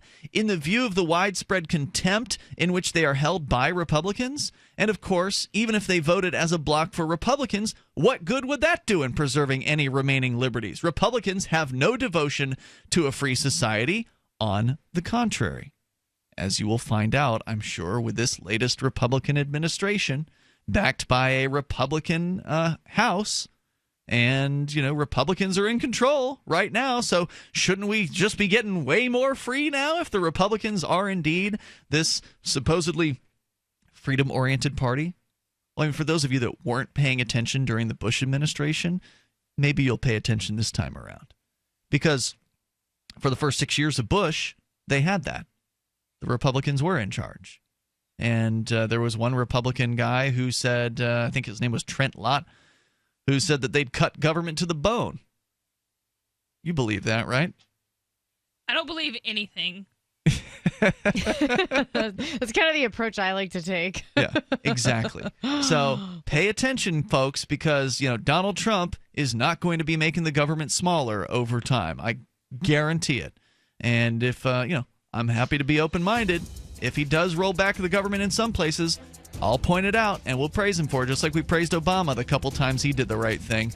But don't expect Trump to be more right than Obama. They say even a broken clock is right twice a day. Exactly. I expect Trump's going to do a couple things right, just like Obama did a couple things right. And then the rest of it is going to swirl down the drain of history. Hopefully we'll all survive it. We'll see you tomorrow night online. We won't all survive it. In the meantime, over at freetalklive.com. Today, uncovering the secrets and exposing the lies. That's what the readers of freedomsphoenix.com get every day. freedomsphoenix.com, constantly providing the information, the real news about government policies, and the real relationship we all have with the coercive government. The real condition of the economy, innovations in technology, breakthroughs in energy, health, and computer science. Learn the truth well before it's admitted to in the lamestream media. The corporate media, nothing more than distributors of government propaganda, but now there's an alternative. freedomsphoenix.com. Constant news updates on the issues that affect your life in the most important ways. With liberty and property under constant attack, freedomsphoenix.com provides the understanding behind the propaganda, and it encourages the participation of its readers. Go to freedomsphoenix.com. That's freedoms with an S, phoenix.com. freedomsphoenix.com. The revolution between the ears has already happened. Ross Ulbricht was convicted in early 2015 of running the infamous Silk Road Underground Market. The Silk Road was a gift to humanity and helped reduce the harms brought on by drug prohibition. For this good deed, Ross has been sentenced to life in prison with no possibility of parole. Now, an appeal is Ross's only chance, and he needs your support. Please visit freeross.org, where you can contribute via various methods, including Bitcoin. Visit freeross.org. That's freeross.org. If you want to know the latest about Free Talk Live before we go on the air, all you need to decide is how you want it delivered. It's your choice. Visit news.freetalklive.com. You can get emailed announcements and participate in contests via our email updates list. Plus, we have a Twitter account that you can follow and a Facebook page where you can become a fan. So visit news.freetalklive.com to get news about Free Talk Live as soon as it's announced and the way you want it delivered at news.freetalklive.com. That's news.freetalklive.com. This is the Liberty Radio Network, broadcasting the latest liberty-oriented audio content 24 hours a day at LRN.FM. So the protection of life, liberty, and property is what the Free State Project is all about. But it's an effort to move 20,000 people who understand. It's about demonstrating to the entire country that, yeah, we can have a free market, a truly free market. Making it just a freer, great place to live. It's the world's largest voluntarist libertarian community, and it's only getting bigger. That's amazing, to be able to move to a place where other people passionately believe in being free and independent. What the Free State Project is managing to do, though, is to put their money where their mouth is. It's physically getting up across the country and saying, let's go someplace and let's demonstrate the power of these ideas. There's a lot of kind of philosophy that surrounds liberty. There's a lot of thinking about it and talking about it. But here in New Hampshire, people are doing it. 101 Reasons Liberty Lives in New Hampshire, a documentary by Free State Project early movers. Watch it free at 101reasonsfilm.com. 101reasonsfilm.com. The three most important things you can do for LRN.FM are: 1. Let your friends know you're listening to LRN.FM on your social networking profile. 2. Buy the things you buy online through shop.lrn.fm. 3. Give $5 a month to the AMP program at amp.lrn.fm. It's my firm belief that the AMP program is the best use of your charitable dollar among liberty-oriented groups. Support all your favorite organizations, but make sure you give $5 a month to the AMP program at amp.lrn.fm. Looking for a great real estate investment? Consider New Hampshire, which is ground zero for the Liberty Movement. Your first call should be to Mark Worden from Porcupine Real Estate. He's more than just a real estate agent. He's your New Hampshire concierge. Where are the best places to live? Do you want farm, city, the burbs, or forest? Do you want a duplex or multifamily building so that renters pay your mortgage? There are homes in all price ranges in New Hampshire, and Mark can help with financing too. Invest in liberty and property. Mark Worden can help. PorcupineRealEstate.com. Help get LRN.FM into more ears. Visit promote.lrn.fm for a free bumper sticker, flyers, banners, graphics, and more. Promote.lrn.fm. The Liberty Radio Network presents the latest episode of School Sucks. Listen to more at schoolsucksproject.com.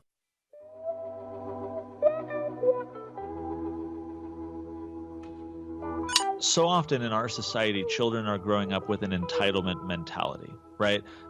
They have an iPad, they have 3 cars in their family, they have whatever clothes they want. Food just shows up on their table. Right. And we started at the dinner table to do what Leonard Read does in the essay with the pencil, is to examine all the many different parts and processes and people involved in the pencil. So we'd sit down at dinner and we'd say, okay, who and what was involved in this meal?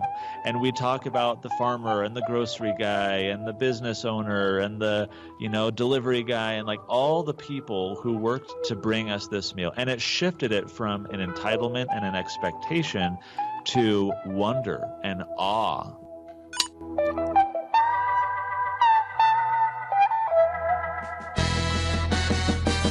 Hey everybody, this is Brett. Welcome back to the show. Today is January 31st, 2017, and my guest is Connor Boyack. Folks, sometimes a show is so succinct and clear and on target and has such a descriptive title that no introduction is really necessary, but I'm going to give it one. So somebody just tagged me in a post the other day. It said, listen to School Sucks podcast. And I think this was a suggestion for somebody who wasn't agreeing with them about some particular topic on Facebook. I always appreciate when people do this. Listener's name was Andrew. Just say W. I don't know if he wants his whole identity given away just because he tagged me. So let's say the person does that and they come to School Sucks Project and whoa, there's a lot going on there. And we have a page, if you're new, start here, and it kind of explains what the show is about and gives you a couple good routes. But one of the things I've thought about frequently, and I kind of work on in the background, is a way to package all of this up and make it easier to pass along to the uninitiated. We, of course, are initiated, so that is unnecessary. But to somebody who is new to this, it is quite overwhelming. Connor Boyack has a book called Passion-Driven Education. It's 180 pages long, and I think it does. I forgot to ask him if he even listens to School Sucks, because, we've come from, 2 different books, 2 different authors, but wound up on the same page on so many important issues when it comes to schooling versus home education. And in this book that he wrote, he's managed to capture almost every important thing that I've tried to convey, both against school and for home education. So we had a great discussion this morning, and even this podcast would be a terrific primer to send along on the topic of home education, and more specifically, Connor's vision of passion-driven education. So if you are that person who was sent here, hi, thanks for coming. And I'll make this quick before we get to the interview. I have to say I'm very proud that twice this month, School Sucks Podcast ranked in the top 10 talk shows on Podomatic.com. So Podomatic hosts tens of thousands of podcasts.